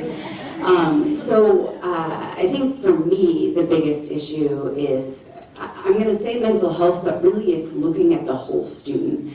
I have seen, firsthand within the classrooms at RPS how students' mental health needs have changed over the past several years, and how much it takes on the part of the staff and faculty to bring children to where they can access their education. Because a child who is dysregulated cannot access their education. They're not able to learn because they're not able to self-regulate. And so social emotional learning, which we're doing a lot of already in our schools, that has to continue to be a priority and really be streamlined. And then we need to think of creative ways of how are we putting our resources towards supporting the whole student as much in as individualized a way as is possible in a public school system. And so I think that cell phones and start times are related to that, as are other issues within the child's school day and how we're optimizing those connections, particularly between the children and the adults within the building. Thank you. Ms. Malhotra? I agree with what Ms. Rice said. I have a very unique perspective. I've been on this board for 5 years, and of course the needs, the crisis, if you would, of the COVID has kind of not gone away, but abated a bit, and mental health has come up as a key factor. We're talking about mental health, and when we talk about mental health, people think it's just a simple thing about a child and how they feel. I think it's much more than that. I bring a unique perspective in the fact that it's about inclusion, it's about belonging, it's about every child being able to go to school, understanding that they have a place there. It doesn't matter whether you're the top soccer player or the top performing child. It's about belonging. When a child feels they're part of a community, they're part of a school, the teachers, there's a responsible adult, a respected adult able to connect to them, those kids learn better. And I'm very proud that this board, and I hope the new board, hopefully with me on it, will continue to have these conversations, because these are vital conversations. We've advanced so much. I have to give credit to the team at central office. We've been talking about this. We continue to talk about this. But the fact is, it's not over. Not till every child that comes in feels belong. And our demographics are changing. I mean, you have to look at me and you know that our demographics are changing. And that is the other point I want to highlight. It's inclusion at every level, equity, just not equality, but equity. And I think those are key challenges when you talk about mental health too. Thank you. Ms. Graff? Well, I sound a lot like the other folks up here, but I think it's pretty obvious mental health is just a huge matter that the board is looking at, and they've had experts come in to talk about how critical it is that we do not wait to act. And I am fully supporting doing just that. Because you can have all these wonderful academic programs like Ridgefield does, but it really doesn't do very much if the child does not feel their best. They really go hand in hand, mental health and academic excellence. So how do we do that, right? There are many different ways to attack this problem, which I do feel very confident in some of the current direction of the board. And looking at the cell phone matter last night was certainly very telling to hear the principal and vice principal speak on behalf of the groups there to make sure that basically the Board of Ed could take action. And I was really excited to see that, and I hope that I can be part of that. So ultimately, it's about ensuring students feel safe. I think that is absolutely number one, and I hope that I can be part of that. Thanks. Thank you. Mr. Siegel, you get the next question first. What do you think will be the most challenging component of the master plan for the Ridgefield schools to sell to the public? Well, I think the first thing in terms of the, master plan, and number one is it's around prioritization, first of all. The fact that, it's when you think about budgets in general, you can have it all, you just can't have it all at once. I think that, some of the components of the master plan, when you think about elements around facilities, it's not necessarily things that are a direct correlation to student outcomes and success, but certainly relates directly to student safety. So thinking about, kind of investments in facilities and making sure that people understand the consequence and kind of where that ties into safety, I think is really important. But in general, for anything else related to areas of, where I'd say things around kind of curriculum, it's just, again, really making sure that there is a good feedback loop, there's good consensus building, and I think good dialogue with parents is going to be absolutely paramount to making sure people comprehend and understand when they're walking into the booth that it's not just a dollar figure, but really what are the outcomes for students, what are the outcomes around safety, and making sure that is messaged, making sure it's comprehensible is critically important. I look forward to playing a positive role in that. Thank you. Ms. Rice? So the master plan, is a work in progress very much, right? So it's a little bit of a challenge to answer that question because it's not formalized. However, I think, when you're looking at budgets, certainly whatever the largest dollar amount is, that's usually the hardest sell, right? Because we do need to respect, we need to be fiscally responsible in this town, and we do need to respect taxpayer dollars. So right now, to my knowledge, that's probably the high school auditorium. That would be the single biggest ticket item unless something changes or something unexpected comes as the master plan continues to be crafted. And so while I believe that the high school auditorium is in desperate need of replacing, but I also understand that we owe it to people to be fiscally responsible, and that it's probably really going to come down to, as Scott said, a lot of dialogue.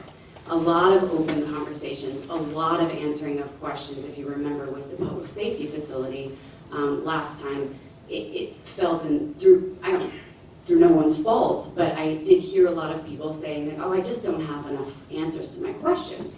And I know they're working very hard to combat that this time. And I think it's going to take something like that, a really huge push for conversations and dialogue and information around those big ticket items. Thank you. Ms. Milhotra? So the master plan is a unique document because it's an organic document and it's still growing. It is not fully complete. The master plan has evolved into something more, a capacity study, which I think is very telling. And just stepping back for a moment, right? Investment in our schools mean our schools continue to do better. If people want to move to our town, our house prices stay up. Our Main Street is great, I'm not going to dispute that, but the fact is many new families move to this town for our schools. So the master plan is like the master document, if you will, at this time, to make those investments in school. You've heard about it. I'm sure the Board of Finance talked about the capital projects. There are many projects that we've deferred because of lack of investments in schools. We are fiduciary responsible, I absolutely agree to that. But the master plan is just one aspect of it. And what the board will need to do, one, it is finalized, is to talk about this. You know, we've done this. We just did this with the Ridgefield Transition Program, the alternative high school building. It was about conversation. We understand, the board understands, the administration understands that this is taxpayer money, but in the end, it's about kids. It is about investing in education. So I think when we do come to a final number, be it the auditorium, be it the capacity, maybe it's about something else, it is about conversations with the three boards, the tri-boards, and with community. Thank you. Ms. Graff?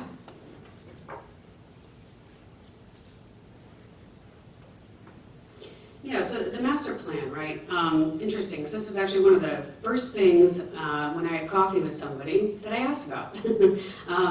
As an accounting background kind of person here, I'm a super geek at heart, but really, if you don't have a vision for something, a lot can get lost along the way, and you're marching towards what, right?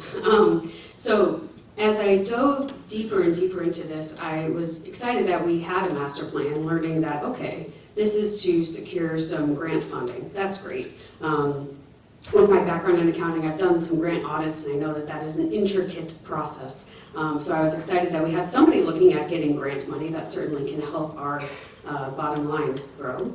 But in terms of ensuring that our public can get on board is just, it's hard, right? And it won't just be one person on the board or one specific answer. It will be partnering with the Board of Finance. It will be partnering with the Board of Selectmen to make sure that it's not a surprise. Nobody wants surprises of here's a number. It just doesn't work. It has to be the long-term vision. So I'd be thrilled to be part of that. Thank you. Ms. Franceschini? Could you repeat the question? Sure. What do you think will be the most challenging component of the master plan for the Ridgefield schools to sell to the public? I think that we need to come together more often with tri-boards, and more importantly, given everything that's going on the town side and the Board of Ed side, I think now more than ever it's important that we come together as a team and look at those projects and prioritize the top 5, for example, and then out of those top 5 of each of us, we just pick the top 3. I think that sometimes we're trying to do too many things at once, but if there's a real need that needs to be prepared, we should emphasize on that. I also think that the state is trying to become educators. They just keep throwing down mandates to teachers, educators, students that cost us money. They don't fund any of these mandates. So they're already putting enough pressure on a tight budget and not thinking about the consequences of these great ideas that they have. I think that it's the state mandating, I don't recall like when state people or teachers or operational folks. So I just think that there's so much government overreach in town, and it's not making things, it's the state, it's not making things any better. I forgot to mention that I do have 2 kids. One's a 33-year-old son who went through the school system, and my daughter recently graduated, and she's a senior at Indiana University. There's been 2 different rides. My son was sort of like, the okay student, kind of wanted to goof around, and my daughter was very driven, studied a lot, worked hard, it was any time she could. And just, it's so different. So I've learned how to navigate 2 kids and how different they can be. And certainly it's not easy because different people go through different phases. And I find that middle school is extremely difficult for the kids to adapt to. Thank you. Ms. Rice, you get the next question first. What is your position on banning or restricting cell phone use in the Ridgefield schools? I guess you knew this was coming. Oh, man, yes. The last time I was teaching in a classroom was, there were cell phones. They were not as prevalent as they are now, but I have seen this firsthand. I have seen how it impacts learning. I think cell phones absolutely have no place in a learning environment. That being said, I do recognize with our unique model at RHS, I do recognize logistical challenges around a total ban of cell phones. I actually have a 9th grader now, so I've seen this firsthand, some of what was mentioned last night, and I don't want to repeat, but in terms of checking your schedule as you walk in to see what teacher asked you to meet for flex that day or whatever. And these are things that can be worked around. I think that, we really have to be smart about it, and we have to talk to, I know the Strategic Planning Committee is now taking this on, which is going to be wonderful. And I know that they're asking for more restriction, which I do support. I want to hear, and I know they will want to hear from the stakeholders, so teachers, parents, students even. Not because we want students to make the decision, but we do want to have some buy-in. And we want them to feel, some of them are almost adults, and we want them to feel that they've been consulted. So I am for more restriction. I'm interested to see and listen to where the conversation goes. And I trust the Strategic Planning Committee to guide that conversation. Thank you. Ms. Malhotra. I was at the meeting that we took this vote yesterday. The motion was about restrictions or adding more restrictions. It was a robust discussion, and here's what I'll say. I have a sophomore now, I forgot, he's a sophomore at St. Andrews in Scotland. And the one thing I've learned is what a child is at 14 years is different what a child is at 18 years. So one of the directions I hope the policy committee will take is about meeting with stakeholders. Talking with stakeholders, the presentation given by the Dr. De Silva, the principal of the high school, and the teachers was great. There were a lot of good things suggested, but the fact is that there are freshmen who come in just from high school. We do have a K-8 ban. There is more and more consensus growing that cell phones have no place in instruction. The high school already does that. I mean, the debate really is, should we allow cell phones in the free periods during open campus? And I think it's a great time, and I'm kind of glad that the board came to that decision because it shows that the board is not rushing into a decision. The board is open to conversation. The board is looking for guidance, and the board takes this responsibility seriously, and that is something I'm very proud of. We did not rush to a decision. We're doing a thoughtful, long, drawn-out process, if you will, and we're taking even the 18-year-olds into consideration. So, Great, thank you. Ms. Graff? Yeah, my running mates here very much share their values, right? And kudos to you, Tina. That was a very impressive meeting that you ran yesterday. It shows so much that the public has made their voice heard. They are showing up to the meetings. They are writing emails, and the administration, the board is hearing you, it seems, and that is very promising. I want to be part of that. Seeing the presentation last night, I mentioned earlier about the principal and vice principal giving a very enlightened kind of different flavors of options of here's how you could tweak this and kind of a low, medium, high way, which I appreciate the insight even in September when they're having kids right back in school. They managed to pull this together, and that shows true collaboration. So I very much also look forward to the policy committee coming together and getting insight from people that are on the ground, including the students, including the teachers, and the people, right, which I think has already made voice very clear of the direction that they want to go. So I feel very excited for that. Yeah. Thank you. Ms. Franceschini? Would you like the question again? What is your position on banning or restricting cell phone use in the Ridgefield schools? So my position is that the elementary school and the middle schools have a pretty solid policy already. I think that when you get to the high school, I don't know if I mentioned it today or last night, I've got 2 kids and we're all sort of cell phone addicts. And there's times that they say to me, Mom, I'm talking to you, get off the phone.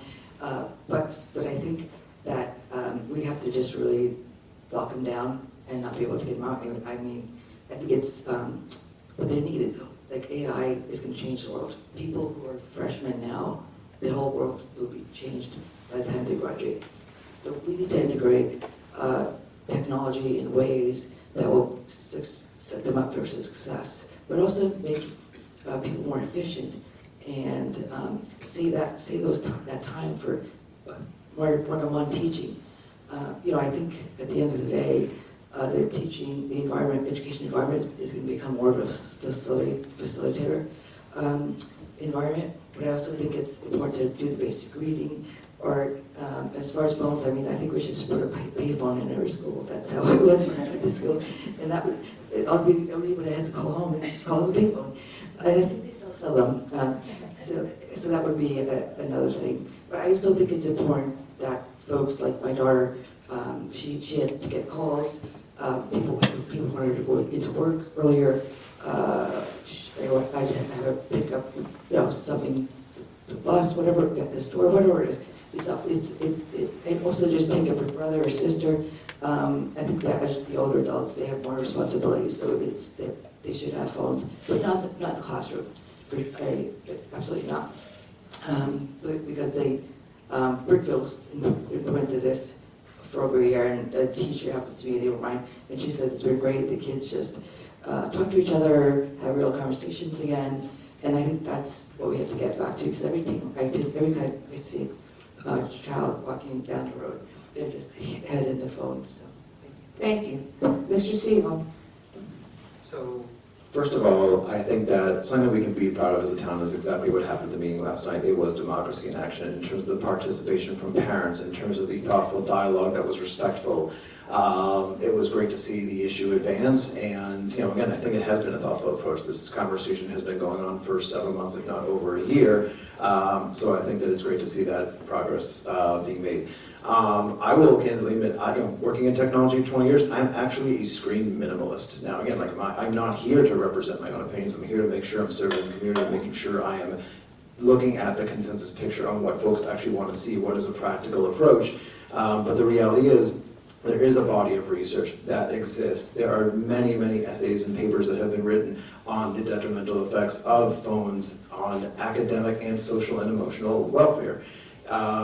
I would love to see us, I'm glad that we're moving towards more restrictions. I obviously want to make sure that we're being mindful about the compliance measures on Section 504 for students with additional needs, and obviously taking care of that and being considerate of it. But the reality is, I don't think when I hear things about how we want to look at a graduate approach, how we want to look at things where there might be different things, it's just from a practicality standpoint, policing across different grades differently, I think is challenging on teachers, where they need to be focused on instructional time. I think that allowing the high schools to still be a place where we can preserve social learning and social interpersonal interactions. There's plenty of unsupervised phone use outside. I think that we need to make sure that we're looking for ways that we can allow students to exist in that phone-free environment for longer. Thank you. Ms. Malhotra, you get the next question first. This question came in this evening. How do you define a functional board of ed? I chair it.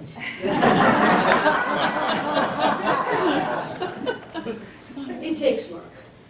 The most important thing that I've done as chair of this board in the last 3 years is to make sure that every member has a voice. This is not a chairocracy or whatever it's called. It is about each member. Each board member has a voice. And the ways I've done that is, first of all, each board member, we have a meeting at the start of the year. We talk about a draft agenda, and each board member is allowed to present agenda items. A board member can email me anytime and request an agenda item. That gives them a voice, that gives them value. That means that their voice and their opinions matter. It may not be mine, but it doesn't matter. We're 9 members. We're all from different angles. That's the first. The second way to make an effective board, in my opinion, and which I think I've done in the last 3 years, is to make sure we have regular board self-evaluations. Before I was chair, we did not do that. I think you have to be really true to yourself and honest about how you're performing collectively as a board, and that's what we've done. We've had board self-evaluations. The third thing that I've done is look at our bylaws. Our bylaws define us. Policies are for school, but the bylaws are for the Board of Education, and we have not reviewed them since 2011, so I've systematically started reviewing them. It's a long, drawn-out process. The Board of Education arguably is one of the hardest working boards. We have a lot of meetings. Our meetings run late, like the one last night. We have committee meetings, but the bylaw work is hard and important, and we're starting to do that. And the last thing that I've done is I'm on the CAPE. I'm the Connecticut Association of Boards of Education Area Director. That brings different perspective. Thank you. Ms. Graff. Thank you. So a functional board, the Board of Education, I think at the heart, has to have a group of people that ultimately can trust each other or respect each other for where they're coming from, what they bring to the table, because we're all unique. And in doing that, I think we can actually make productive change. And how do you do that? I mean, in my professional career, I was responsible for presenting to the board of directors of public companies, right? And it's a very delicate dance of that relationship, and it takes building trust. And in the Board of Education, that's building trust with the administration, that you are there to partner with them, to guide them. That is our role as the Board of Education. So I take great pride in my abilities to have done that in my past accounting career, and I would absolutely bring that same level of trust and commitment to that here in the Board of Ed. Thank you. Ms. Francescini. So I've been part of several boards, some that run very well, some that run not so well. And I think that one of the things that makes an effective board is that you need to recognize different people's strengths and abilities. So for example, myself, I'm a legislative bill geek. So whenever these bills getting proposed, I do all the research, whether it's for housing, because I'm the chair of the Affordable Housing Committee, so that's important. But also for the billing and what other types of right to reading, initiatives that they're presenting to us. And I think that if you want people to be part of the committee, you have to have them.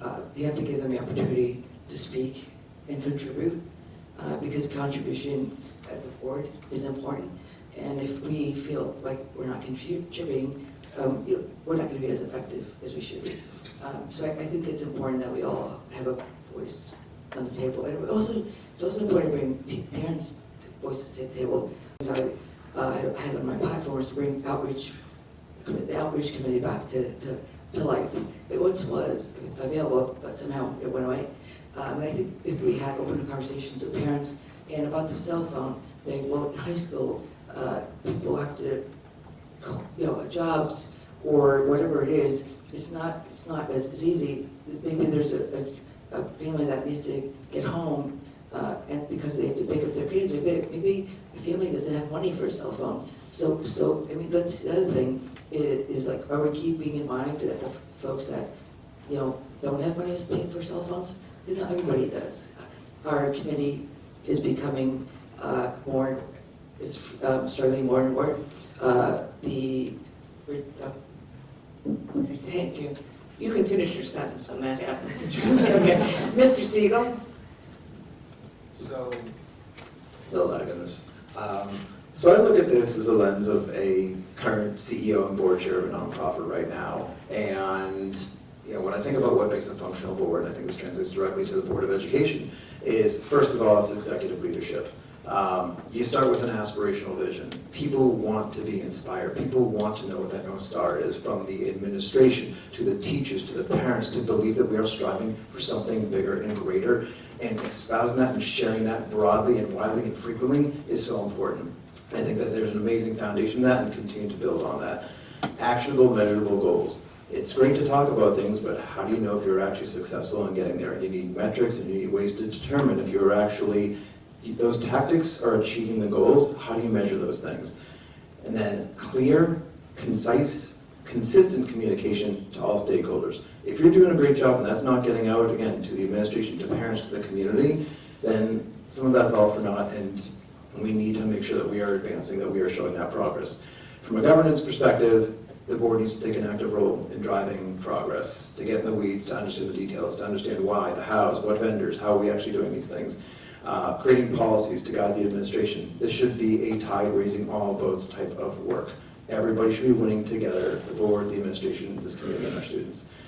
And finally, translating the community values into action. I think that we do a great job as the current board to make sure that that feedback loop from parents gets to the board, but we can do even better, and I look forward to helping elevate that. Thank you. Ms. Rice? Well, one thing that you have to do on a functional board is listen and correct yourself when you made a mistake. And I said strategic planning committee earlier when I meant policy committee. So that's one thing. No, but in all seriousness, I do think listening is super important. I think part of my success on BTA boards has been creating environments where people feel they can share their voice and that their voice will be valued, and that collaborative discussion can take place. The board, needs also transparency. I think that's a big one. Our families really need to feel that they are being heard and understood, and that when we present something to them, that they feel that we're presenting the whole, that we're not hanging back, that we're telling them everything that they would like to know within the best of our ability, apart from certain things like security, which I understand needs a little more, it has to be done behind closed doors a bit more. But children have to be at the center, obviously. And then I would say that the last thing would be, just the idea of governance and holding ourselves and holding central office accountable to our core values as a town, and to, once again, always keeping children at the center. Thank you. Ms. Graff, you get the next question first. Are there unmet educational needs in Ridgefield that you feel need to be addressed? What are they?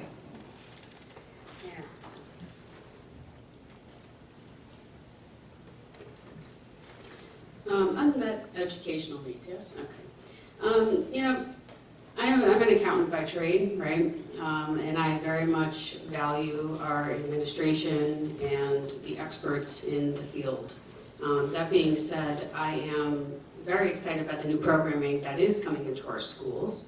And tuning into the Board of Ed meetings, I've seen, at least at the elementary level, thrilled about the world languages. That 3-year pilot program is really off to a great start. I had a chance to even talk to one of those teachers at the open house night with my first grader now, and that was really wonderful to hear her enthusiasm to be coming here from Greenwich, actually, and bringing a new program here and being the person to really kick it off. That was amazing to see her inspiration to come here and build something. These are teachers that we want to stay here, right? The other thing I'm really excited about for the new programming, and I hope this continues, is just the academic and our intellectually gifted programs at the elementary level is being expanded. And I think these are just 2 examples of programs that are being introduced, and that tells me that the lens of the experts is strong, and they're always looking to make our district better. And that's certainly a district that I want to get behind, and I'm very excited. Yeah. Thank you. Ms. Franceschini, would you like the question? Yes. Are there unmet educational needs in Ridgefield that you feel need to be addressed? What are they? I feel that, I've got both kids through the college, and one of the things I'd like to see happen, and this is happening in other schools in Connecticut, is dual credits. When my daughter went to college, she had a bunch of AP credits in college econ classes, and she still went in with somebody that kids in their school. Her school went in as junior, as sophomores.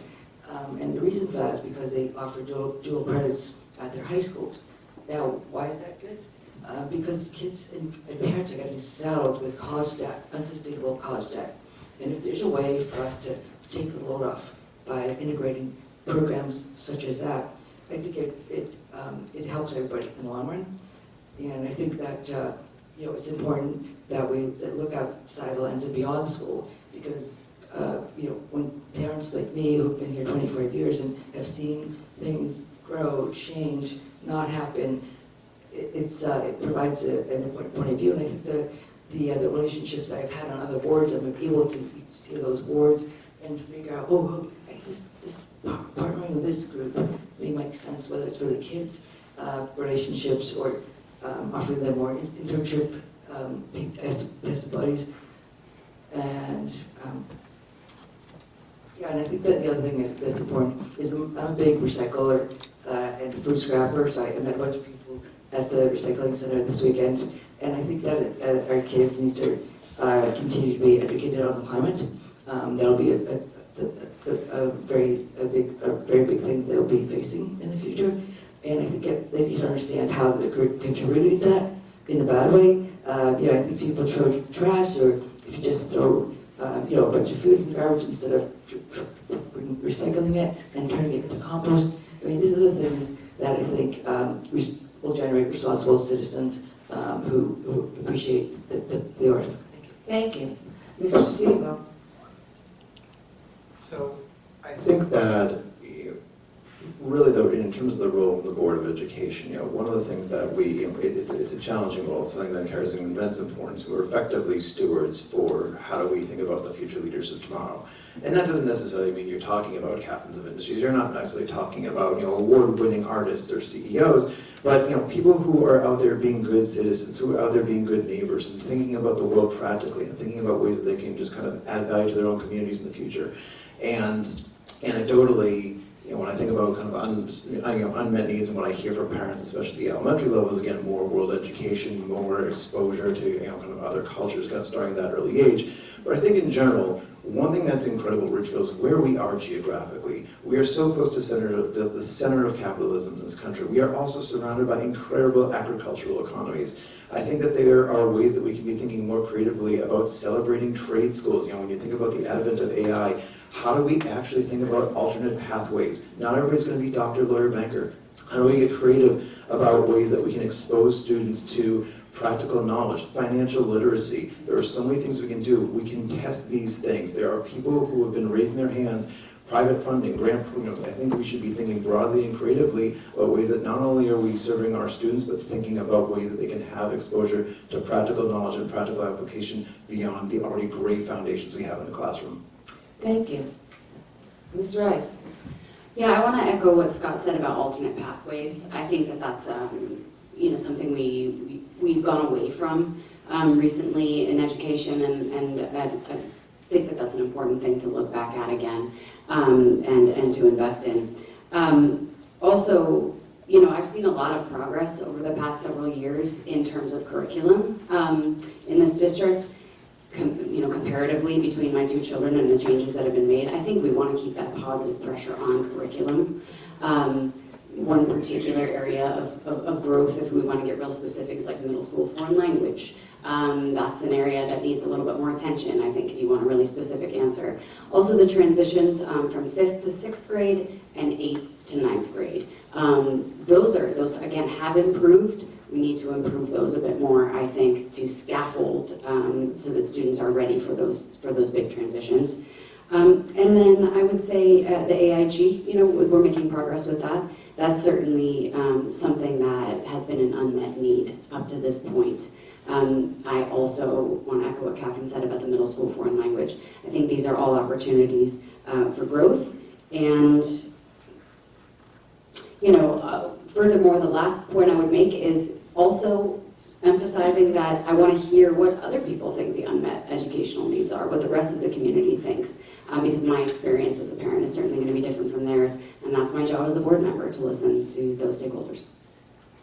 Thank you very much.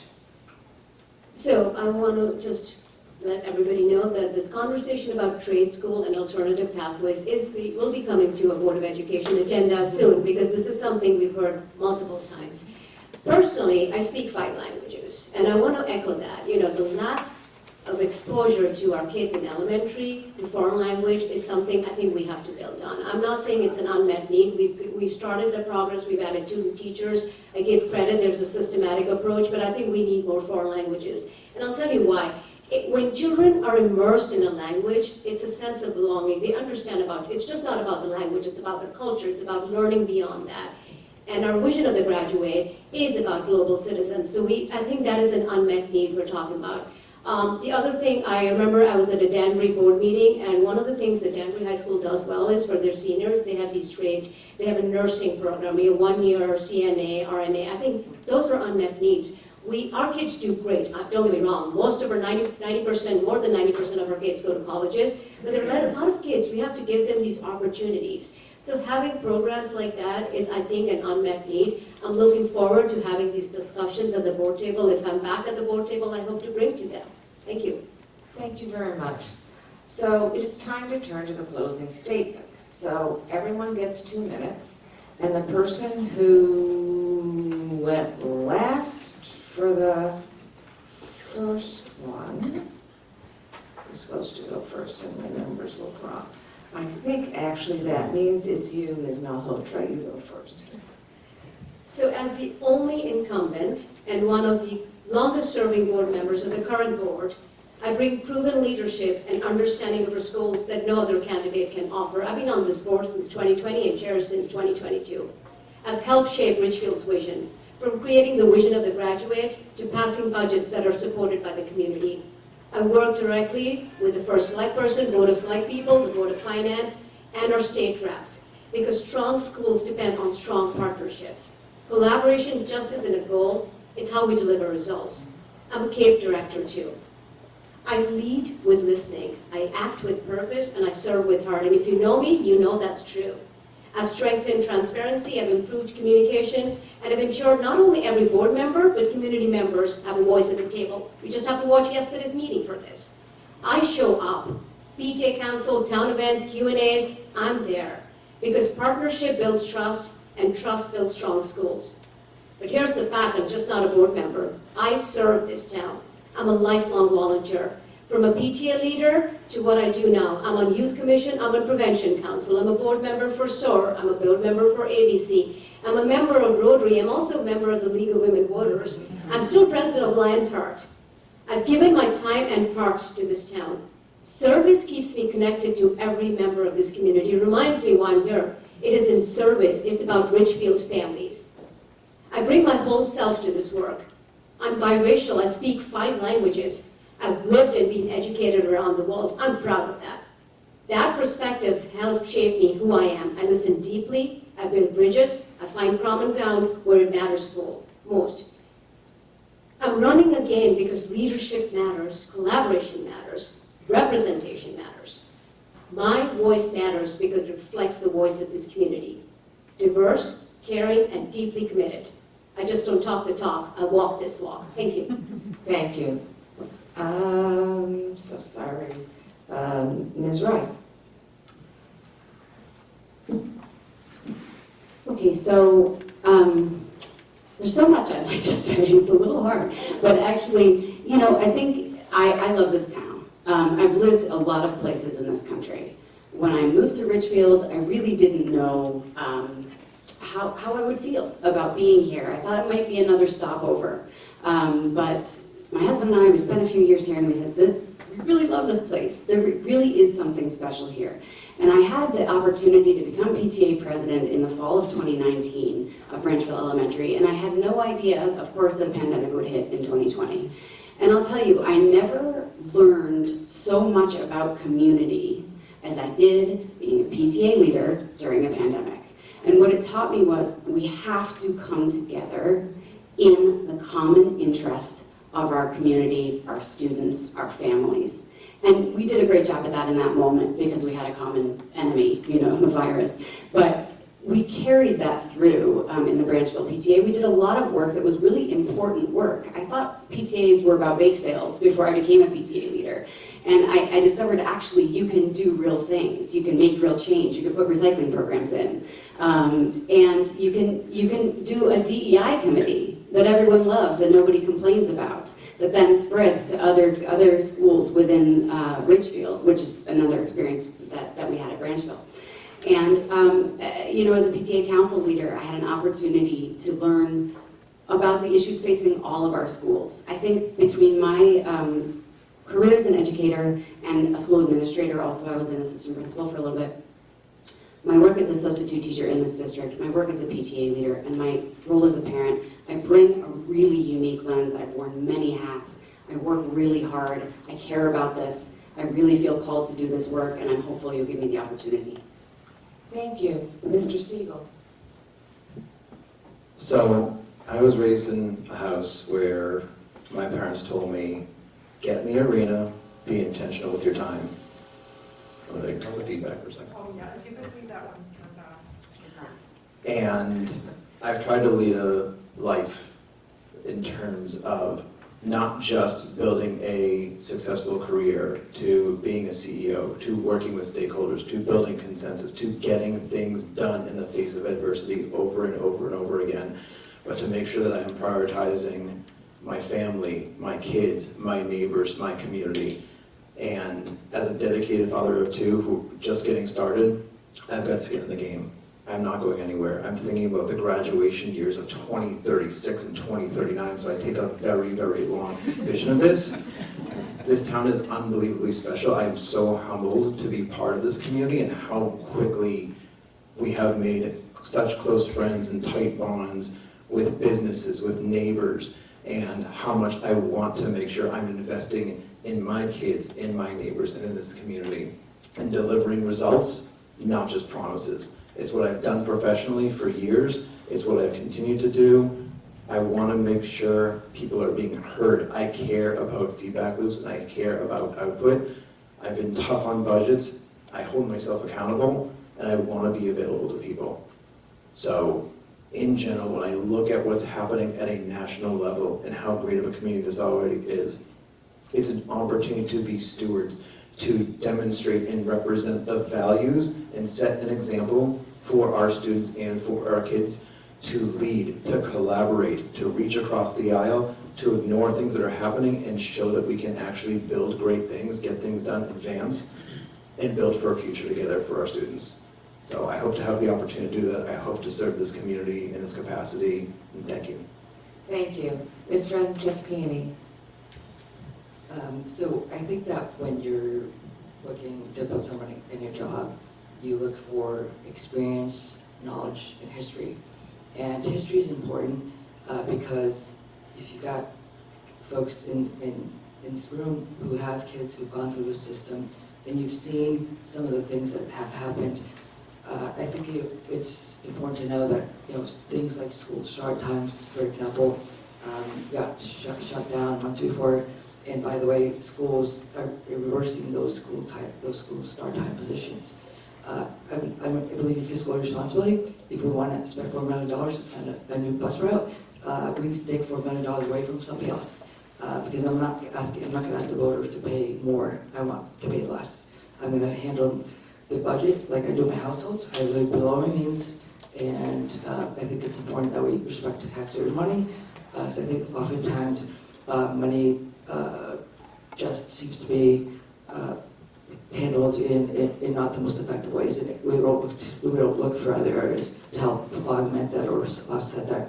I think that relationships beyond the Board of Finance and the partnership committee are essential. I mean, somebody mentioned before that this room was donated by Mr. Ludwig, and I think we've got lots of Mr. Ludwigs in town, and it's all a matter of having those monthly donor meetings or quarterly donor meetings and say, how can I help the schools? Because there are people out there that want to do that. But I think it's about extending those relationships. And if you're here 2 or less years, like some of my fellow candidates are, it's really hard to bring that knowledge and history, especially if you have kids just starting off schools. Thank you. Thank you. Ms. Graff.